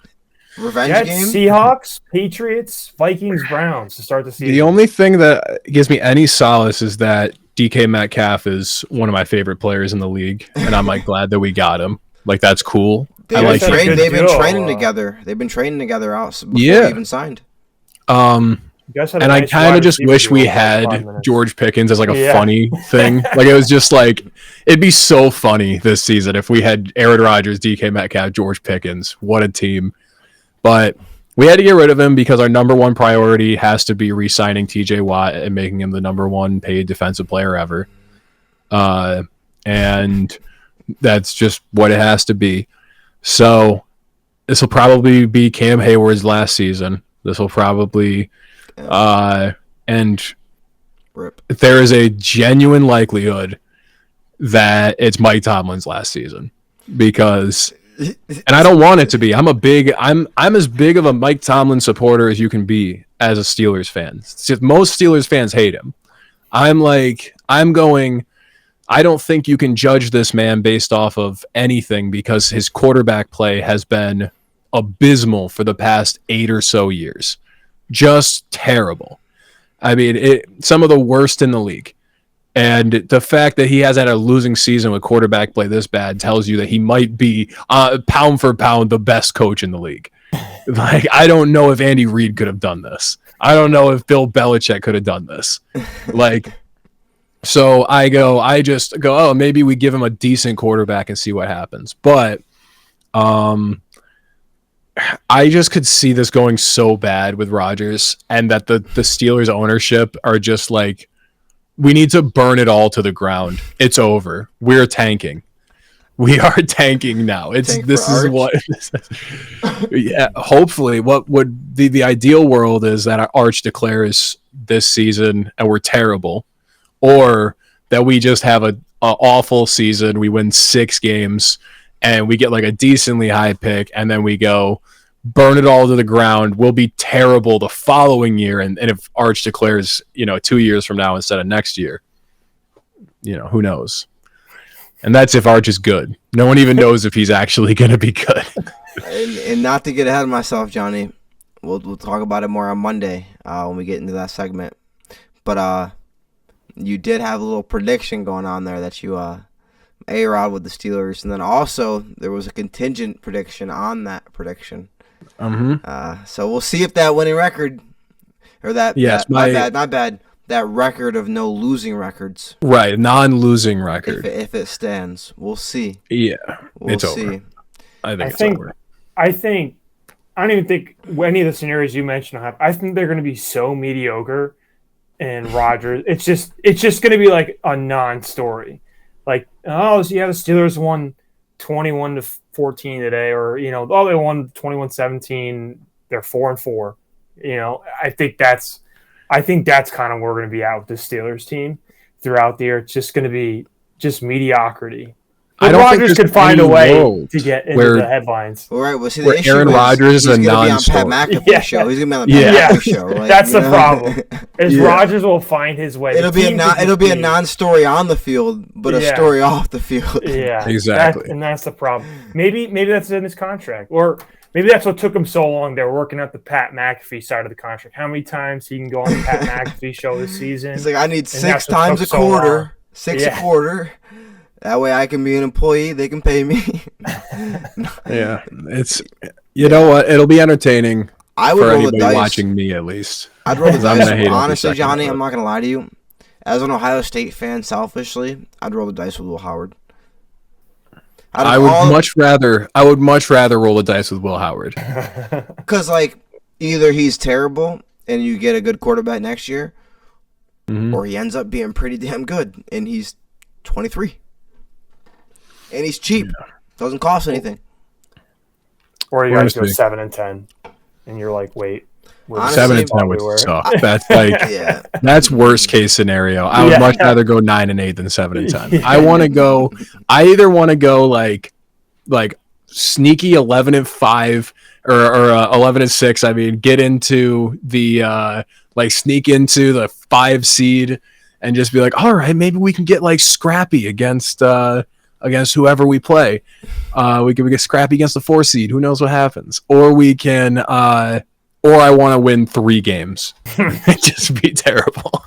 I don't want to get 8-9. 8-9 is really the worst because then the non-losing season record ends and we're just mediocre. We don't get a great pick. You don't get a good pick, right? Yeah. The schedule is not bad. I think that might be a problem for you guys. You just got to make sure you don't lose them when you go overseas. Yeah. You're like, where the fuck is Aaron? Where's Aaron? He went to, because we play in Germany, or where do we play? I don't know. We talked about it last week. Go watch the episode. Yeah, I think we play the Vikings in Germany or something, and then Dublin, Ireland. Dublin, Ireland. Is it the Vikings though? Just the fine. Vikings, yeah. Okay, just find that's better. At least he's not going to go to Germany and get lost in Berghain or something. That'd be crazy. Find the darkest spot in the country. Moving along, Saquon Barkley on the cover of Madden 26. First of all, I want to talk about how dirty it was to that Jags player. They photoshopped the logo out and everything. Well, no, they had I don't think they had him do it, but they had a person with the Jags, a fake Madden Jags uniform on, and they did it. But that dude made Madden, bro, but all the wrong reasons. Yeah. But my question is, will he get hit with the infamous Madden curse? And what is the best Madden cover of all time? Peyton Hillis, I think, no debate. Peyton Hillis is the funniest. It's funny you said that because mine was Madden 12, Peyton Hillis. That's so funny. The fullback and the soundtrack was immaculate. The soundtrack on Madden 12 is I have a whole playlist with the Madden 12 soundtrack. Madden 12 on the Wii hits different, bro. I'll tell you that. Bro, the backyard football, remember that shit? There's a part of me that'll always love. The first Madden that I really played was, I don't remember which year it was, off the dome. I think it's Madden 09 or Madden 10, but it's Larry Fitzgerald and Troy Polamalu. 2010. That was Madden 10. That's that one's has a special place in my heart. I really love, obviously AB. The GOAT one with Tom and Mahomes is pretty. Tom and Pat's cool. Yeah, but you know what? I'm going to stick with that. I'm going to stick with my favorite that just jumped out in my head when you brought it up. I'm going Troy and Larry Fitzgerald. I like that one a lot. No, that was a dope one. That was the one I played the backyard football on. Yeah, you should. It's like 7-on-7, but you shake the stick and they do some crazy hits on the Wii. It should be crazy. Well, that's when I had the Wii growing up. I didn't have PlayStation, I didn't have Xbox. So then like on the Wii to break tackles, you like shake the remote as hard as you can. So I'd be like I'd hit him and I'd like shake. So then I go play like Xbox or PlayStation. I'd be like shaking the remote when I'm getting hit, and I'm like, how do I break tackles? Like, oh, you just like, I'm like, let me shake it. You ever play Wii golf? Yeah, it was pretty good. What about Smash Bros? Yeah, absolutely, yeah, absolutely. Smash Bros and the Wii golf, bro. Wii was underrated, bro. It was underrated. No, the Wii was the best golf because like I played golf on Xbox one time, and then like, bro, I'm hitting X to like hit the ball, bro. This shit is dumb. Imagine playing Xbox golf. Like you actually shot like 4 under. You're like, damn, I hit nice today. You're like, I'm pretty good. But I mean, the problem with Saquon in this Madden curse is it's not like whether he's on the cover of Madden or not. If he got hurt, knock on wood, like it wouldn't be like not uncharacteristic, but it wouldn't be like he's gotten something that's not like he's got that he's had that in his past. So like if that happens, like it's maybe it is the Madden curse, maybe it's just him, but it doesn't matter. Eagles got their title. Saquon got his title. We'll be good for we'll wait what? We'll give the NFL 6 years? Is that how long we waited last time? 7 years, 8 years, whatever it is, and then they'll just win again. So yeah, why not? Yeah, I mean, look, there's only one man that's ever broken the Madden curse, and it wasn't Christian McCaffrey. No, it was Pat Mahomes, the only one who ever did it. Yeah, I guess Tom Brady. Nothing happened to him. Yeah, but Tom was they put him on there life after. Took a hit. Right, there was a rough one for him after that. Yeah, the only one was Pat, and then I'm trying to think if anyone even came close otherwise. I mean, Josh was on it the year previous, and it was like, he just did the same thing he always does, which is fail in the playoffs. And that's the other thing about me, Caleb. I don't know if you know, but this podcast moonlights as a Josh Allen hate podcast. Oh, no. Yeah, big time. Because I'm just always like, I just think that Josh Allen is treated with kid gloves and not criticized as hard as any other quarterback in the NFL. Everyone loves their little Josh Allen so much. Yeah. And like, God forbid he has the ball with 3 minutes left in a game, down 3, and has every opportunity to win it and chokes it away. And everybody is like, the refs, they love the Chiefs so much. Like, okay, bro, whatever. You were in. Pat Mahomes would have won that game. You just didn't do it. You're just not as good. I don't know what you want me to say. I feel like everyone I know is a Bills fan, so I get a lot of the Josh Allen love. So I don't know. I grown fond of them. I went to school in Western New York, so I always kind of root for him. But so I don't know if I can look at Allen objectively. He is. If you catch me on the right day, Johnny, I will say he's the fourth best quarterback in the league. They changed something else for the Bills this year. Oh yeah, they love changing rules for the fucking Bills. Yeah, the measuring the downs, which is a fine rule change, and the offensive lineman award. What's this? Well, that Bills lineman petitioned for it, kind of.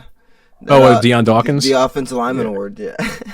I'm okay with that. My thing is just, and that's what I'm saying. Like, they change rules because the Bills fail, and like that also drives me kind of crazy. Like, I'm like, man, you know what the NFL needs to do is if they really want to get rid of the tush push, just have the Bills play the Eagles in the Super Bowl, and have the tush push beat them, and they'll ban the tush push 6 tomorrow. Touchdowns on the tush push. Exactly, they'll ban it tomorrow. It'll be gone. It's 4th and goal 6 times, and they convert every time. Fake hike it 5 times. That was when I soured on the Bills, and on Josh Allen was. When I soured on Josh Allen when he was at the ESPYs. Do you remember this, or the NFL awards? Or I think it was, and whatever. And they put a microphone in front of him, and he complained about how the overtime rules were unfair. And I went, and that was when I soured on him, because as a Steelers fan, I had to watch when Tim Tebow threw on the first play of overtime, threw a 80-yard post to Demaryius Thomas and kicked us out of the playoffs. And I went, and you know what? I was upset, but I didn't complain about the rules of overtime, because I went, you know what? It's a three-phase game, and we failed in one of those phases. Yeah. So absolutely. Yeah. 100%. But moving along, guys. In a world full of questions, the people need answers. Here on Couch Coach, we have those answers. It's time for the people want to know. Now, before we start, Caleb, want to make sure we make all our guests feel comfortable here on Couch Coach. You have a girlfriend, right? Listen, any of these questions you don't want to answer, listen, we don't want to get you in trouble here, because I'm single. Johnny, when he has a girl, he don't have a girl. So, listen, any question that you don't want to answer, just say, I plead the fifth. Listen, and we're good. We're good to go. We're good to go. Johnny and I will take it from there. But the first question, guys, the people want to know, if your partner's ex needed a place to stay for a week, would you allow it? Hell no. And what's funny is I'm so cool about a lot of ex stuff more than most people. Like I was, I'm like not a guy that's like, you gotta throw away like gifts that they've given you. Like I wouldn't care about that. I wouldn't be like, you have to have their number blocked. Like I'm not like that. But you can't stay in my house. You have other options. Absolutely not. Like, I was the first choice. Like exactly. That's the one time I'm not happy to be the first choice. Yeah, you got other options. Go ask around. Why does your ex think that he can stay here? Like, yeah, that's crazy. Fuck no, you can't stay in my house. I can't imagine a world where that would even be like a remote possibility. Okay, that's how far out that is. Well, what if this though? What if you have like one of those houses where there's like almost like a separate place? You know what I'm saying? Like those the renters that rent houses where it's like they're almost like a separate part of the house. No shared kitchen, no shared bathroom. They just got their own spot. No. You don't get to stay in my house unless you want to like pay me. Yeah, you want to pay me. How much would you charge your partner's ex in rent? It would be robbery. It would be it's like $2,000 a month.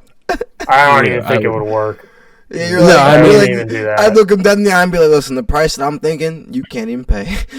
You might as well just go to a Motel 6. Like I quite honestly have never even spoken to this man, so I don't even know how to handle any sort of interaction, let alone let him stay in my house. In your home, right? Yeah, in my home. Like you come down to make some breakfast, and this nigga's making pancakes and bacon in your kitchen. I'm like, nah, you got to get the fuck up out of here, bro. He's cooking for me, then me. Yeah. Is that for the house or for you? Yeah.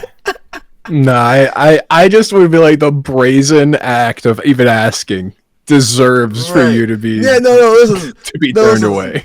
I'd be a little mad at my girlfriend for even asking me. Like, that's something where he needs to ask you, and you just mum it right there. You're like, I'm not even gonna bring that to him. Like, he don't want to. Nah, like, well, because again, I'm gonna be like, why is he even asking you that? But the only way I would even consider it, I'd rather just not. There's certain shit that if I would worry about it, but I know it's not gonna affect anything, I'd rather just not know. If he showed up at my house, skin and bones. He's in his bags. He's got like his bags, but they're in like grocery bags. He's got the stick over. He's got a shoulders. Shopping cart. He's like he just hitchhiked the ride to your house. Yeah. You better have been on the streets for 2 full weeks, and then maybe I'll consider it. Will you leave him on the corner and start a 2-week counter before you let him in? Exactly. He's like the vampire. Gonna try. Only way I'm doing it is if he switched teams. You're like, listen. Yeah, you're like, I could help you right now, but I'm gonna teach you how to survive. Go figure it out for 2 weeks and come back. I guarantee you how to survive in the wild. I'm gonna take him under my wing. I'm gonna take him out to the woods. You see those cats outside? They were out there all winter. They're still here. Go take notes. Yeah, you just can't be in my house. No way. You can't even be in my yard. You can't even sleep outside in a tent. I'm not even. Yeah. You bring your own tent. That shit better be in the road, at least 2 houses down. You know what? If he wants to sleep in my yard, he can sleep in the yard in a tent. But if he steps onto the property, if he steps into the house, I'll shoot him in the face. I'm not gonna lie. If he wants to sleep in my yard, he's got to sleep with no tent, no blanket, only a blanket under him, and he's got to be naked. This man's got to feel. You want a naked man sleeping in your yard? I want this man to feel totally disrespected while he sleeps in my yard, like, because that's what he should feel for even asking me that question. Like, stay in my yard. I want my neighbors to look outside and be like, "Who is that crazy man outside naked?" And then I'm gonna go outside and be like, "I don't know who this man is. He just showed up last night. I think he was drunk." Crazy. The people want to know. All right, the people want to know.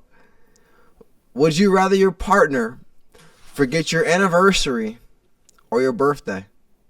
Ooh. Anniversary. Any day. Yeah. Who cares?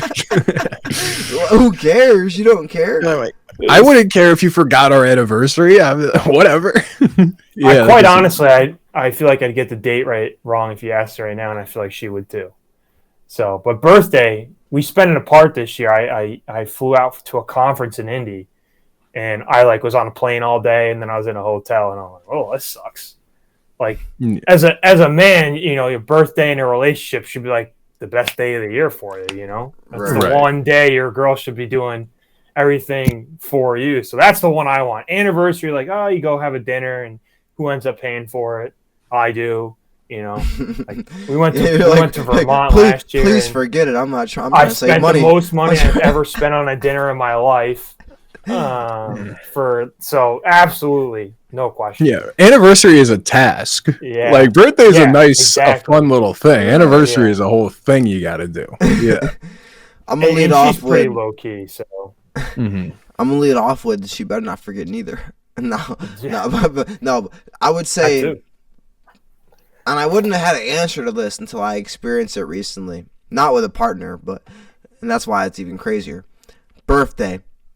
Because I had a situation, this person that, I've been in contact with for a little bit. We're not anything. It's not anything she knew what she wanted to do. I'm going to do what I want to do. But, she knew. All right, so she knows when all her friends' birthdays are. She'll be like, "Oh, it's so and so's birthday today. It's so and so's birthday today." So my birthday comes around, and I didn't get nothing, not nothing. And I swear to God, 2 weeks later, she looks at me and was like, "Oh, isn't your birthday coming up soon?" And I'm like, "No, that shit was March 25th." She's like, "Oh, I thought it was in April." I'm like, "What? That's crazy." And I didn't make it a big deal, but deep down, before that had even happened, when it was my birthday, I was like, "Oh, is she gonna say happy birthday to me?" Because I saw her in person, that day. And I'm like, "Oh, is she gonna say it? Is she gonna say it?" And I wasn't gonna bring it. I don't be that dude who's like, "Oh, it's my birthday today." Yeah, you know what I'm saying? And then they're like, "Oh, happy birthday." No, you can't. As a man, you cannot call attention to your birthday. It just has to be a thing people know. They have to know. You have to know. My first job was I worked college athletics, and we had a game, and everyone's slowly finding out this game that's my birthday. They're like, "Dude, why aren't you saying anything?" I'm like, "What am I gonna say to you? I'm working a basketball doubleheader today. What are we gonna do? Make a halftime announcement?" I'm like, really? It's my birthday today, so everybody can get up and say happy birthday after you say that. That's what I'm saying. But I didn't think it mattered. I didn't think I cared. Deep down, I was like, "Damn, this bitch." That's tough. So, and again, we're not anything. So if it was my partner, I'd probably be tight. Yeah, I'd probably be tight. Yeah. It's the one day of the year you get a free pass in a relationship to kind of ask for whatever you want and get spoiled a little bit. Every other day of the year, as a man in a relationship, it's about the woman. Yeah, that's the thing too. I feel like every other holiday is a task. 50-50 Not even every other holiday. Every other day, brother. Every other day. Yeah. Like as I've gotten older, I feel like it's not even just for your significant other. It's for like everything. It's like every holiday is aside from literally the only other holiday I really enjoy is New Year's because I'm like that's not a task. That's just like a thing. Like we can go out and do something. Yeah. 4th of July has become a task for me because I have too many places that want me to be there. I have too many people that expect me to show up at their function, so it's a logistical nightmare. But New Year's, it's like I'm going to one thing and I'm going to be. And nobody wants you to go nowhere else because you're going to be drinking, so they don't want you to drive. It's a whole thing. Like, if everyone drunk drives on 4th of July, what are you gonna do? Like, hey. Speak for yourself. No, I would say the majority of America is driving drunk on the 4th of July. The majority of drivers have at least some alcohol in their system. That clip right there needs to be put on a DUI ad, like a billboard, like right there. Yeah. Like everybody on this day is drunk. I should honestly go die in a drunk driving accident, so then they can use that clip and they can be like, "This guy said this," and then he died. You won't get any life insurance. I'll tell you that. Right. That should nullify your whole contract. People want to know. Admit it, but I'm right. The people want to know, guys. If you could erase one memory from your life, what would it be? Oh man, I'm gonna lead off. So I went to this camp way back when I was little in Casanova called Camp Lookout. I've been there. And I bet you have. No, and I have there's this person. So we all had like, it was intervals. Like you do this thing, this thing, this thing. We all go to the bathroom at the same time. Not like, but anyway, so we're going and I had to go to the bathroom and I thought the stall was empty because it was closed, but not like fully closed. So like I knocked. No one said anything. I pushed it open, and there was a person taking a full-on shit on the toilet. Oh. And it wasn't even about the fact that I walked in on somebody, like that was on the toilet, but it was a look of shame on this person's face. When they were like, and I was like, oh, I feel so bad, bro. Like that's something that like I'm like, bro, I wish I could forget that. Like, I just like straight kicked in the door on some dude taking a dookie. Like, that's not something I want to tell my grandkids. Wow. I'm not gonna lie, Kier. If that's the worst thing you can think of, you've had a pretty good life, my guy. Man, you've had a pretty good life. He just wants to have like a good one for the pod, He's not gonna be like, listen, I want to forget my uncle touching me. Like, we're not gonna. We're not gonna do that. Who said I want to? Who said I want to forget? What? No, you gotta I'm still thinking. I didn't brief myself. I've been trying to think. Like, what popped in my head instantly? It was so dumb. That was why I laughed. Was like there's so many things that I'm like, I wish I could forget. I wish I could. There's two things I'm thinking. There's one, I'm like, I wish I could forget that something is fake. Like, I really enjoyed, remember, like, fuck her right in the pussy? And, like, that was really funny. And then you're like, this is all staged, though. It's like, oh, man, like, I would have liked this so much more if I just didn't know it was fake. Like, I wish no one ever told me that. I'm like, there's certain things I wish I knew weren't fake. And then the other one is, I think what I would end up doing is picking a show or a movie or a video game and forgetting what happens in it. Oh, okay. You know what I mean? And like something I love and being like, I want to forget. Maybe, you know what? Maybe I could forget how Game of Thrones ends, because Game of Thrones is so bad at the end that it's like soured the show for me. Well, how does it end? And that might be just as bad. I think I would prefer, tortured. I would still have a positive opinion of the show. Yeah, maybe. And then you have the books if they ever come out to finish the story. Right.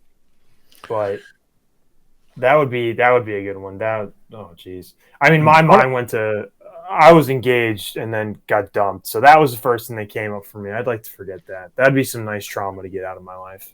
So you want to forget like Eternal Sunshine of the Spotless Mind style? Yeah. Well, that would make that would help out. I think, the deep scars that left was kind of shocking. You seen that movie? No, I have not. But it literally is about. You can get a procedure to forget somebody completely. I was gonna say, I think I've heard of it, but essentially, that's what came up for me first, because that's the shit where you don't realize like how much it affected you until you're in like another relationship and you're like, oh like I actually don't trust anybody anymore. Yeah, not to get too deep on the pod right now, boys, but nah, yeah. That's what came. No, this is the people want to know. We get real. We're in the Couch Coach After Dark session right now. Yeah, but ooh, you know what'd be a great one too is like forgetting how good nicotine is. Ooh, so every time you do it again. No, just forgetting it. Like just being like, I don't like. I can still like. I forget that I'm addicted to nicotine. That'd be great. I would love to just not be addicted to nicotine. You know what I'm saying? Yeah, like, that would be sick. I feel you, but I don't feel you. Feel me? I don't normally do it on the pod, but why not? For the people. Listen, I'm wrapping up real quick. One I thought of real quick. It's not that deep, but it's like an off like interaction. Anytime I ever tried to say hi to somebody, but they didn't like hear me, and I was in a public setting where there's a ton of people around, so like I look dumb as fuck. I was like, you know what I'm saying? Where you're like, oh hey, how you doing? And you're all excited, and then like they don't say anything to you, like because they don't even see you, and then you're like, oh shit, and there's people just like looking at you like, damn, bro, like. Or you think it's someone and it's not. That happened last weekend, bro. I went up to a dude. I said, "Yo, how you been, man?" Dapped him up, and then as I looked him in the eye, I was like, "Oh, that ain't who I thought it was." And he just went with it. He was like, "I'm doing good, dog." On Wednesday, I'm like, "Yo, how you doing, man?" I'm like, "I don't know you. Sorry." And that's tough. And then I was at the range, and then I just had to golf a couple. I went all the way to the end. He was on the other side, and I was like, that was embarrassing. It's gonna take a second to forget about that one.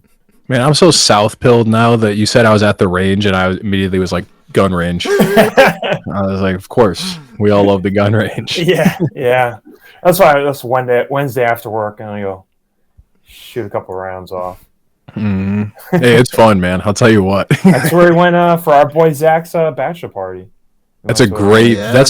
Literally, that's what I'm gonna do for my business partner, Carrie. Yeah. He's engaged, and I was like, for your bachelor party, we are going to go. We're not gonna go to a range though. I'm like, we're gonna go to a field and shoot some guns like a bunch of lunatics. Yeah, we went. We did it the right way. We went to a range. We had all the check boxes checked. So yeah, and it's nice to go to a range. Down south, they don't give a fuck. But you go to a field with your boys and just shoot guns like lunatics. Like there's something really down south. Listen, down south, it's okay to go to a field and shoot the residents. So the people want to know: would you rather get $500,000 right now, or flip a coin for $1 billion? Flip a coin for $1 billion, easy. It's not enough money. You have to do like 10 mil right now, and I would think about it. But the coin flip for $1 billion, I have to do that. The in this economy, the ERA for that is just too.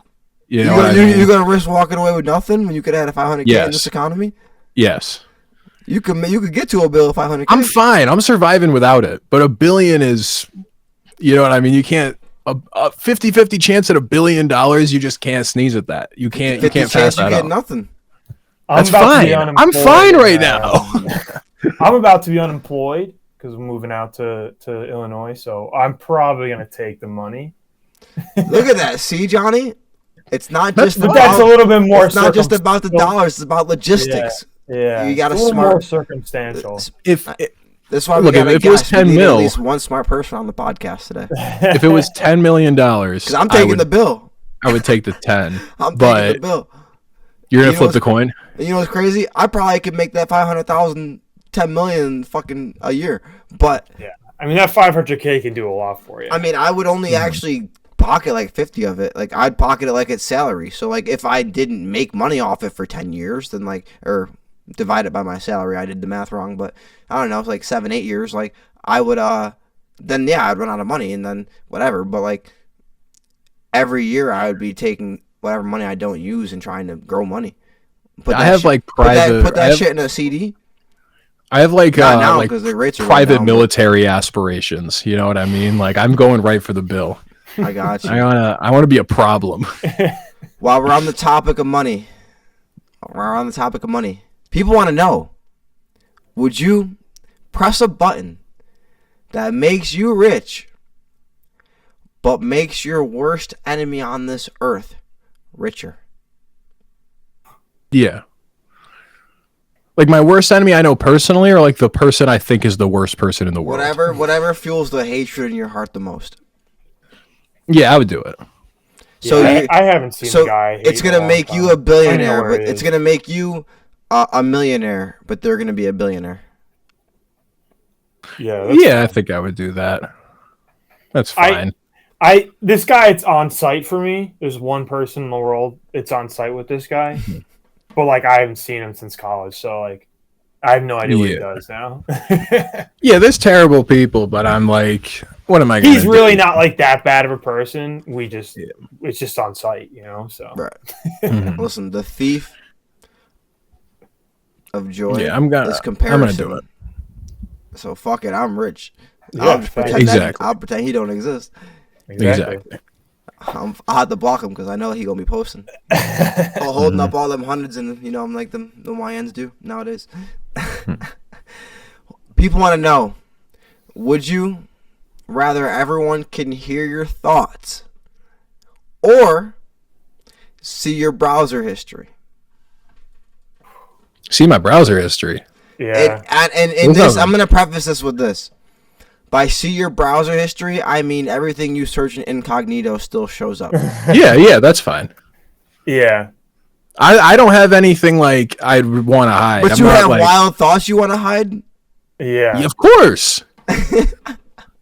Yeah. I want to fucking kill people, bro. What are you talking about? I can't. I'm like, yeah, but I don't like, there's nothing like pornographic that I think is like so embarrassing that I would be like, yeah, that I would probably, be. It wouldn't ruin my life. Embarrassing, yeah. It's probably just more embarrassing. The thoughts and it's in not my even head, that embarrassing. I'm not watching anything crazy. You know what I mean? I'm like nothing that crazy. Maybe you don't think it's crazy, but everyone else. But either way, like you'd be like, I don't. Everyone knows. I'd rather everyone hear my thoughts. Some of these people hear my undeveloped thoughts. Well, it's like, you know what else too is like I really love poker. So like I couldn't play poker anymore if you could hear my thoughts. Yeah. Like but you could think thoughts that weren't true. But they would hear that thought. They'd be like, all right, let me think of something that's not true right now to disguise the fact that I actually have ace king suited. Like, man, look at me looking at ace deuce rainbow. To you, your thoughts are invisible, but to everyone else, your thoughts are like a PA speaker.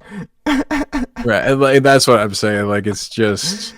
I'm not gonna lie, I do thoughts because here's my point of view, guys. Listen, so what do you have in your browser history? Jeez, yeah, bro. God. Listen, if you're a hacker, comment so I can block you. Jeez. Listen, damn, I don't have anything crazy. I don't have anything that we all don't do. That's all I'm gonna say. I'm gonna leave it at that. But But are there things that people will look at and they go, "Huh?" It's not about. It's not about like. It's not about. In this world, your reputation is everything. And so for me, it's like, I don't know. Some of the people I meet with that I talk to, do I want them to see my browser history? Like, nah, probably not. So here's the counter question: is do you then like? What about the stuff that you didn't type into your browser history? Now that's what everyone's gonna hear. Well, here's the thing. So you know what I mean? Like, if you're talking about like this shit, you're like, right? But the stuff in the browser, though. But listen, the stuff in the browser though, I'm not gonna think about when I'm around people. Maybe, yeah. Unless they're in my house, and then that's on them. It's on them. It's on them. I'm in boxers. What'd you think was gonna happen? No. So anyway, Yeah. But that being said, if they can just hear my thoughts, then it makes it so much easier for me, because the biggest issue for me, I believe in radical transparency. Like, I'm gonna say the truth as it is. Like, if you have a habit, for example, that I think is making you, like, maybe you're broke, or not you, but like the general person, hypothetical person is broke, and right, they can't do certain things that they need to do because they're doing a bunch of things that they want to do but don't need to do. Like, I'll dead ass be like, listen, like that habit is the reason I'll tell them that's why you're broke. Like, you have broke habits. Like so that's another thing though. It is makes that it easier for me because I don't have to explain it to them. They'll just hear it in my head, and now that's on them. Because I didn't. But you are also say saying now, and it just is jogging in my head, you can't lie anymore. Yeah. You literally can't tell a lie anymore if people can hear your thoughts. Right, but the truth is not my fault anymore either. The truth is my fault when I tell you it. Sorry. But the truth's not my fault because it's your fault for being able to read my mind. Oh, man. It's funny. I'm a gaslight like a motherfucker. You're the one reading my thoughts. If you had the people want to know, if you had to live in the last video game you played for 10 years, could you survive? And I'm going to start this off because it's real easy. Fuck no. I play Warzone last, bro. I mean, first of all, that circle would be closed in 10 years. We'd all be dead in gas. But even if it lasted that long, nah, bro, I don't know how to shoot a gun. And I definitely don't know how to use armor in a grenade.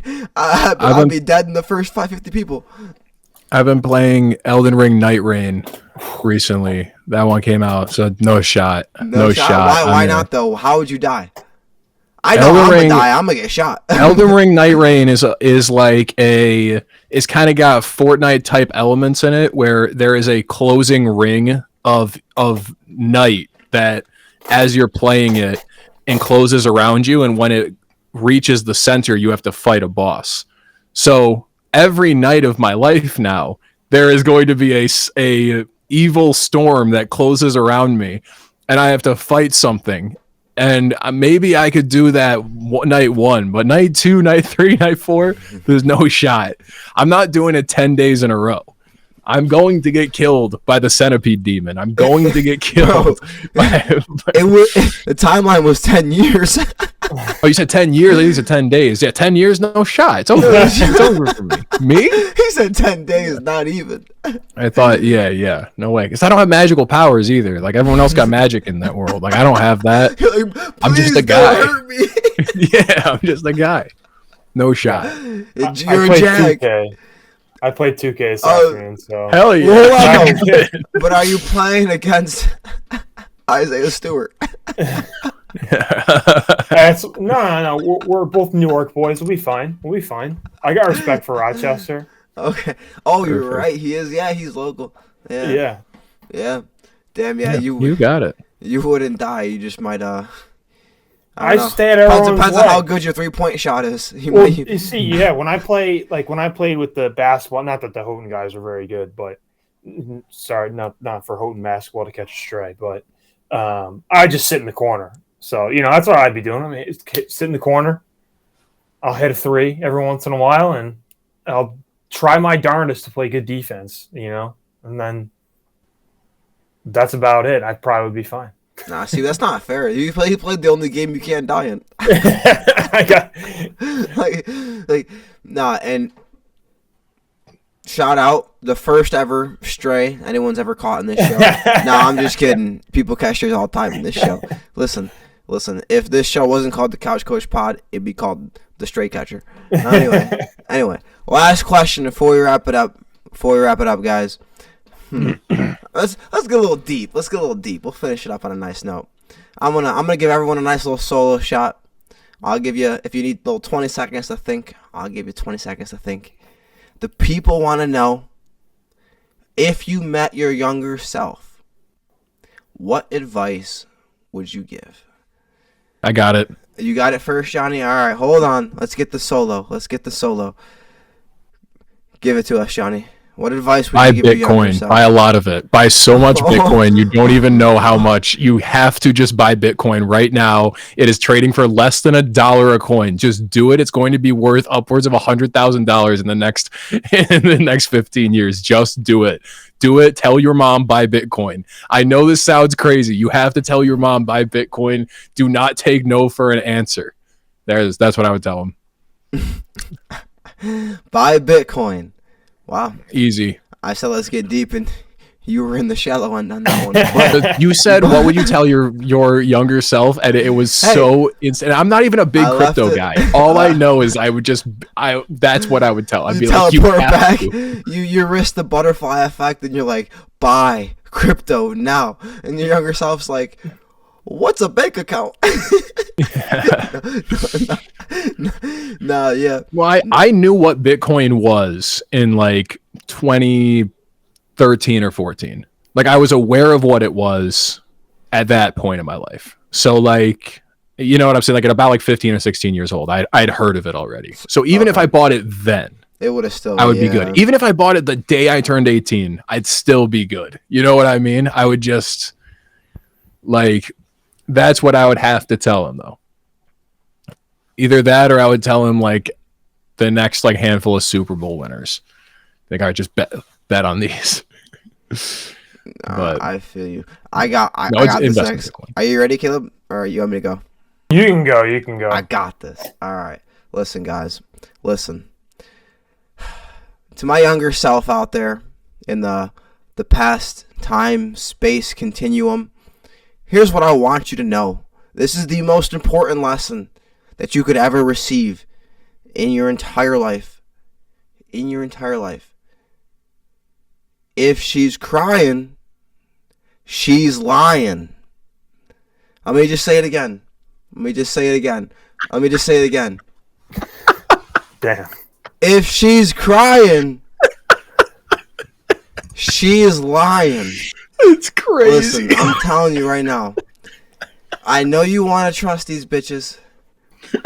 I know crazy you have the most honest intentions in your heart, and you just want to love to the fullest. But these bitches are evil, bro. Listen, they will look you dead in the eye and tell you that you're gaslighting them as they're gaslighting you, and then they cry, and they're still lying. Like, I can't believe you thought you think I would do that, as they're doing it. So listen, if she's crying, she's lying. That's all I gotta say. Damn. That's some deep stuff right there, man. That's crazy. Crazy decision.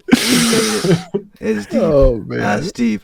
What you got? What you got to say to your younger self, goodness. Caleb?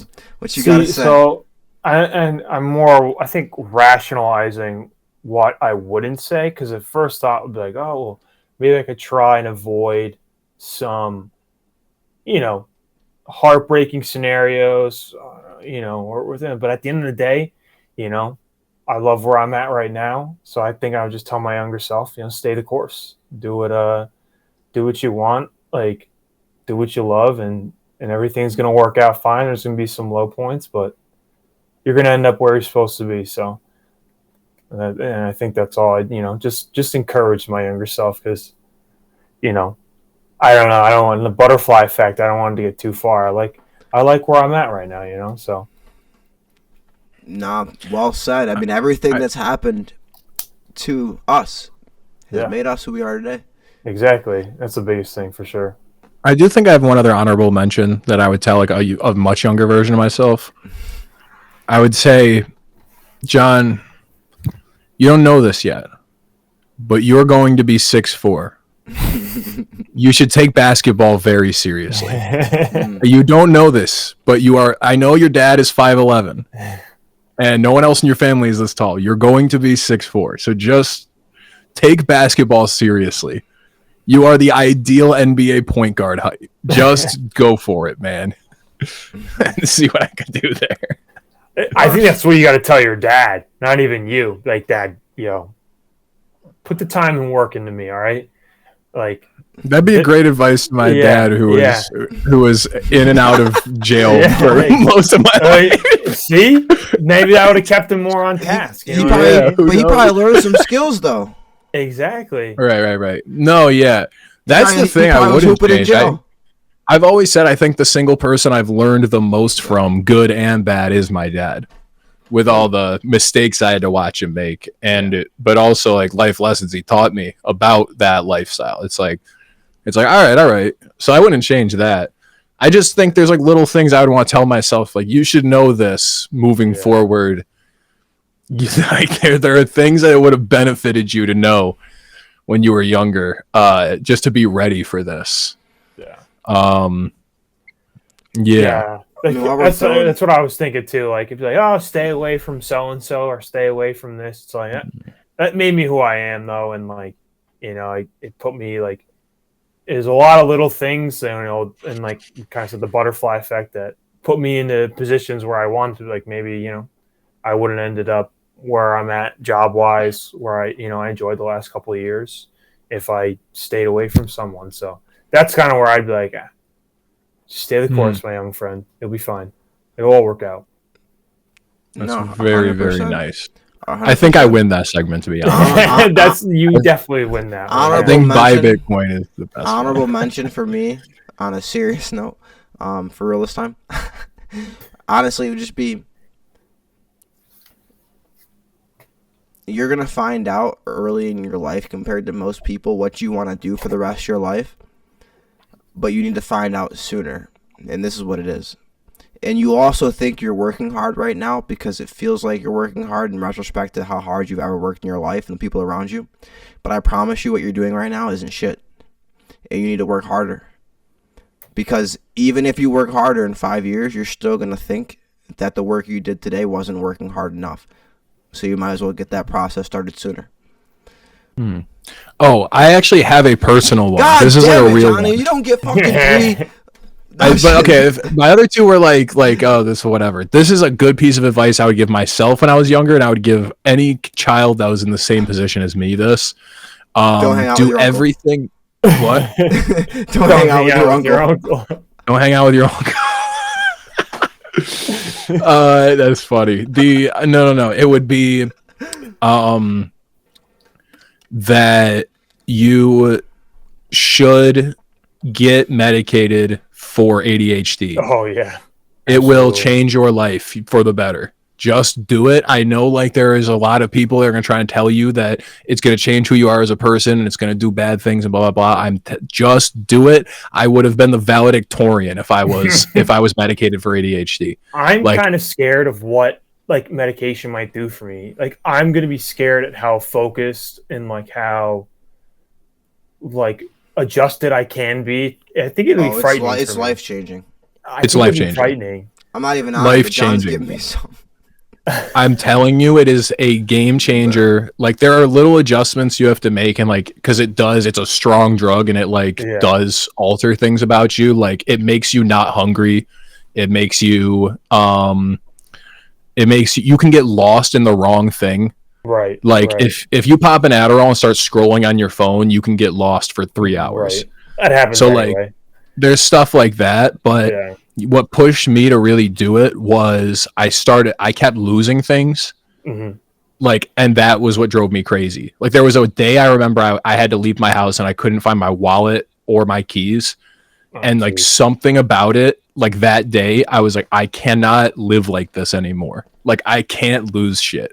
Yeah. And now I'm at the point where I've developed good habits that even when I'm not medicated, I still stick to it. Yeah. So like, I don't lose things anymore. Like, I just know where I put everything. Right. And so it's like, it is like 95% benefit, 5% drawback taking Adderall. And the 5% drawback are just things you have to learn about. But with as taking it, but I would literally recommend to anybody that has ADHD to just give it a shot and tell me that it doesn't fully change your life. Yeah. You're about to be, they're about to sue us for having all these kids hooked on fucking Adderall.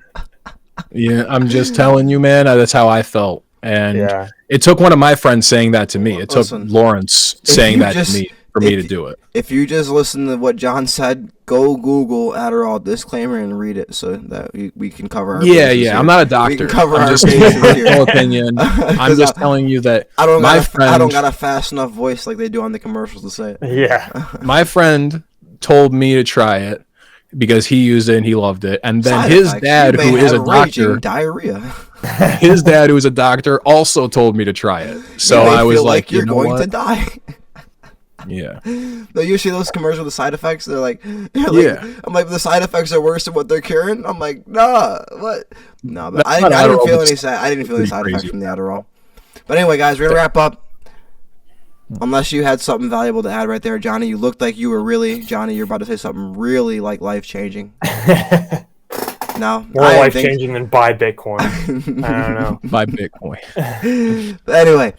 Thank you for joining us for another episode of Couch Coach, the podcast, featuring an all-star staff of the best to never do it. Remember, without a couch, you're just a coach. Without a coach, it's just a couch. But with both, you're one of us. Hit that like button, hit the subscribe button, and if you got some shit to say, leave a comment. Also, if you need the Addy, hit Johnny. He's the plug. It's Johnny. Not true. Don't hit him.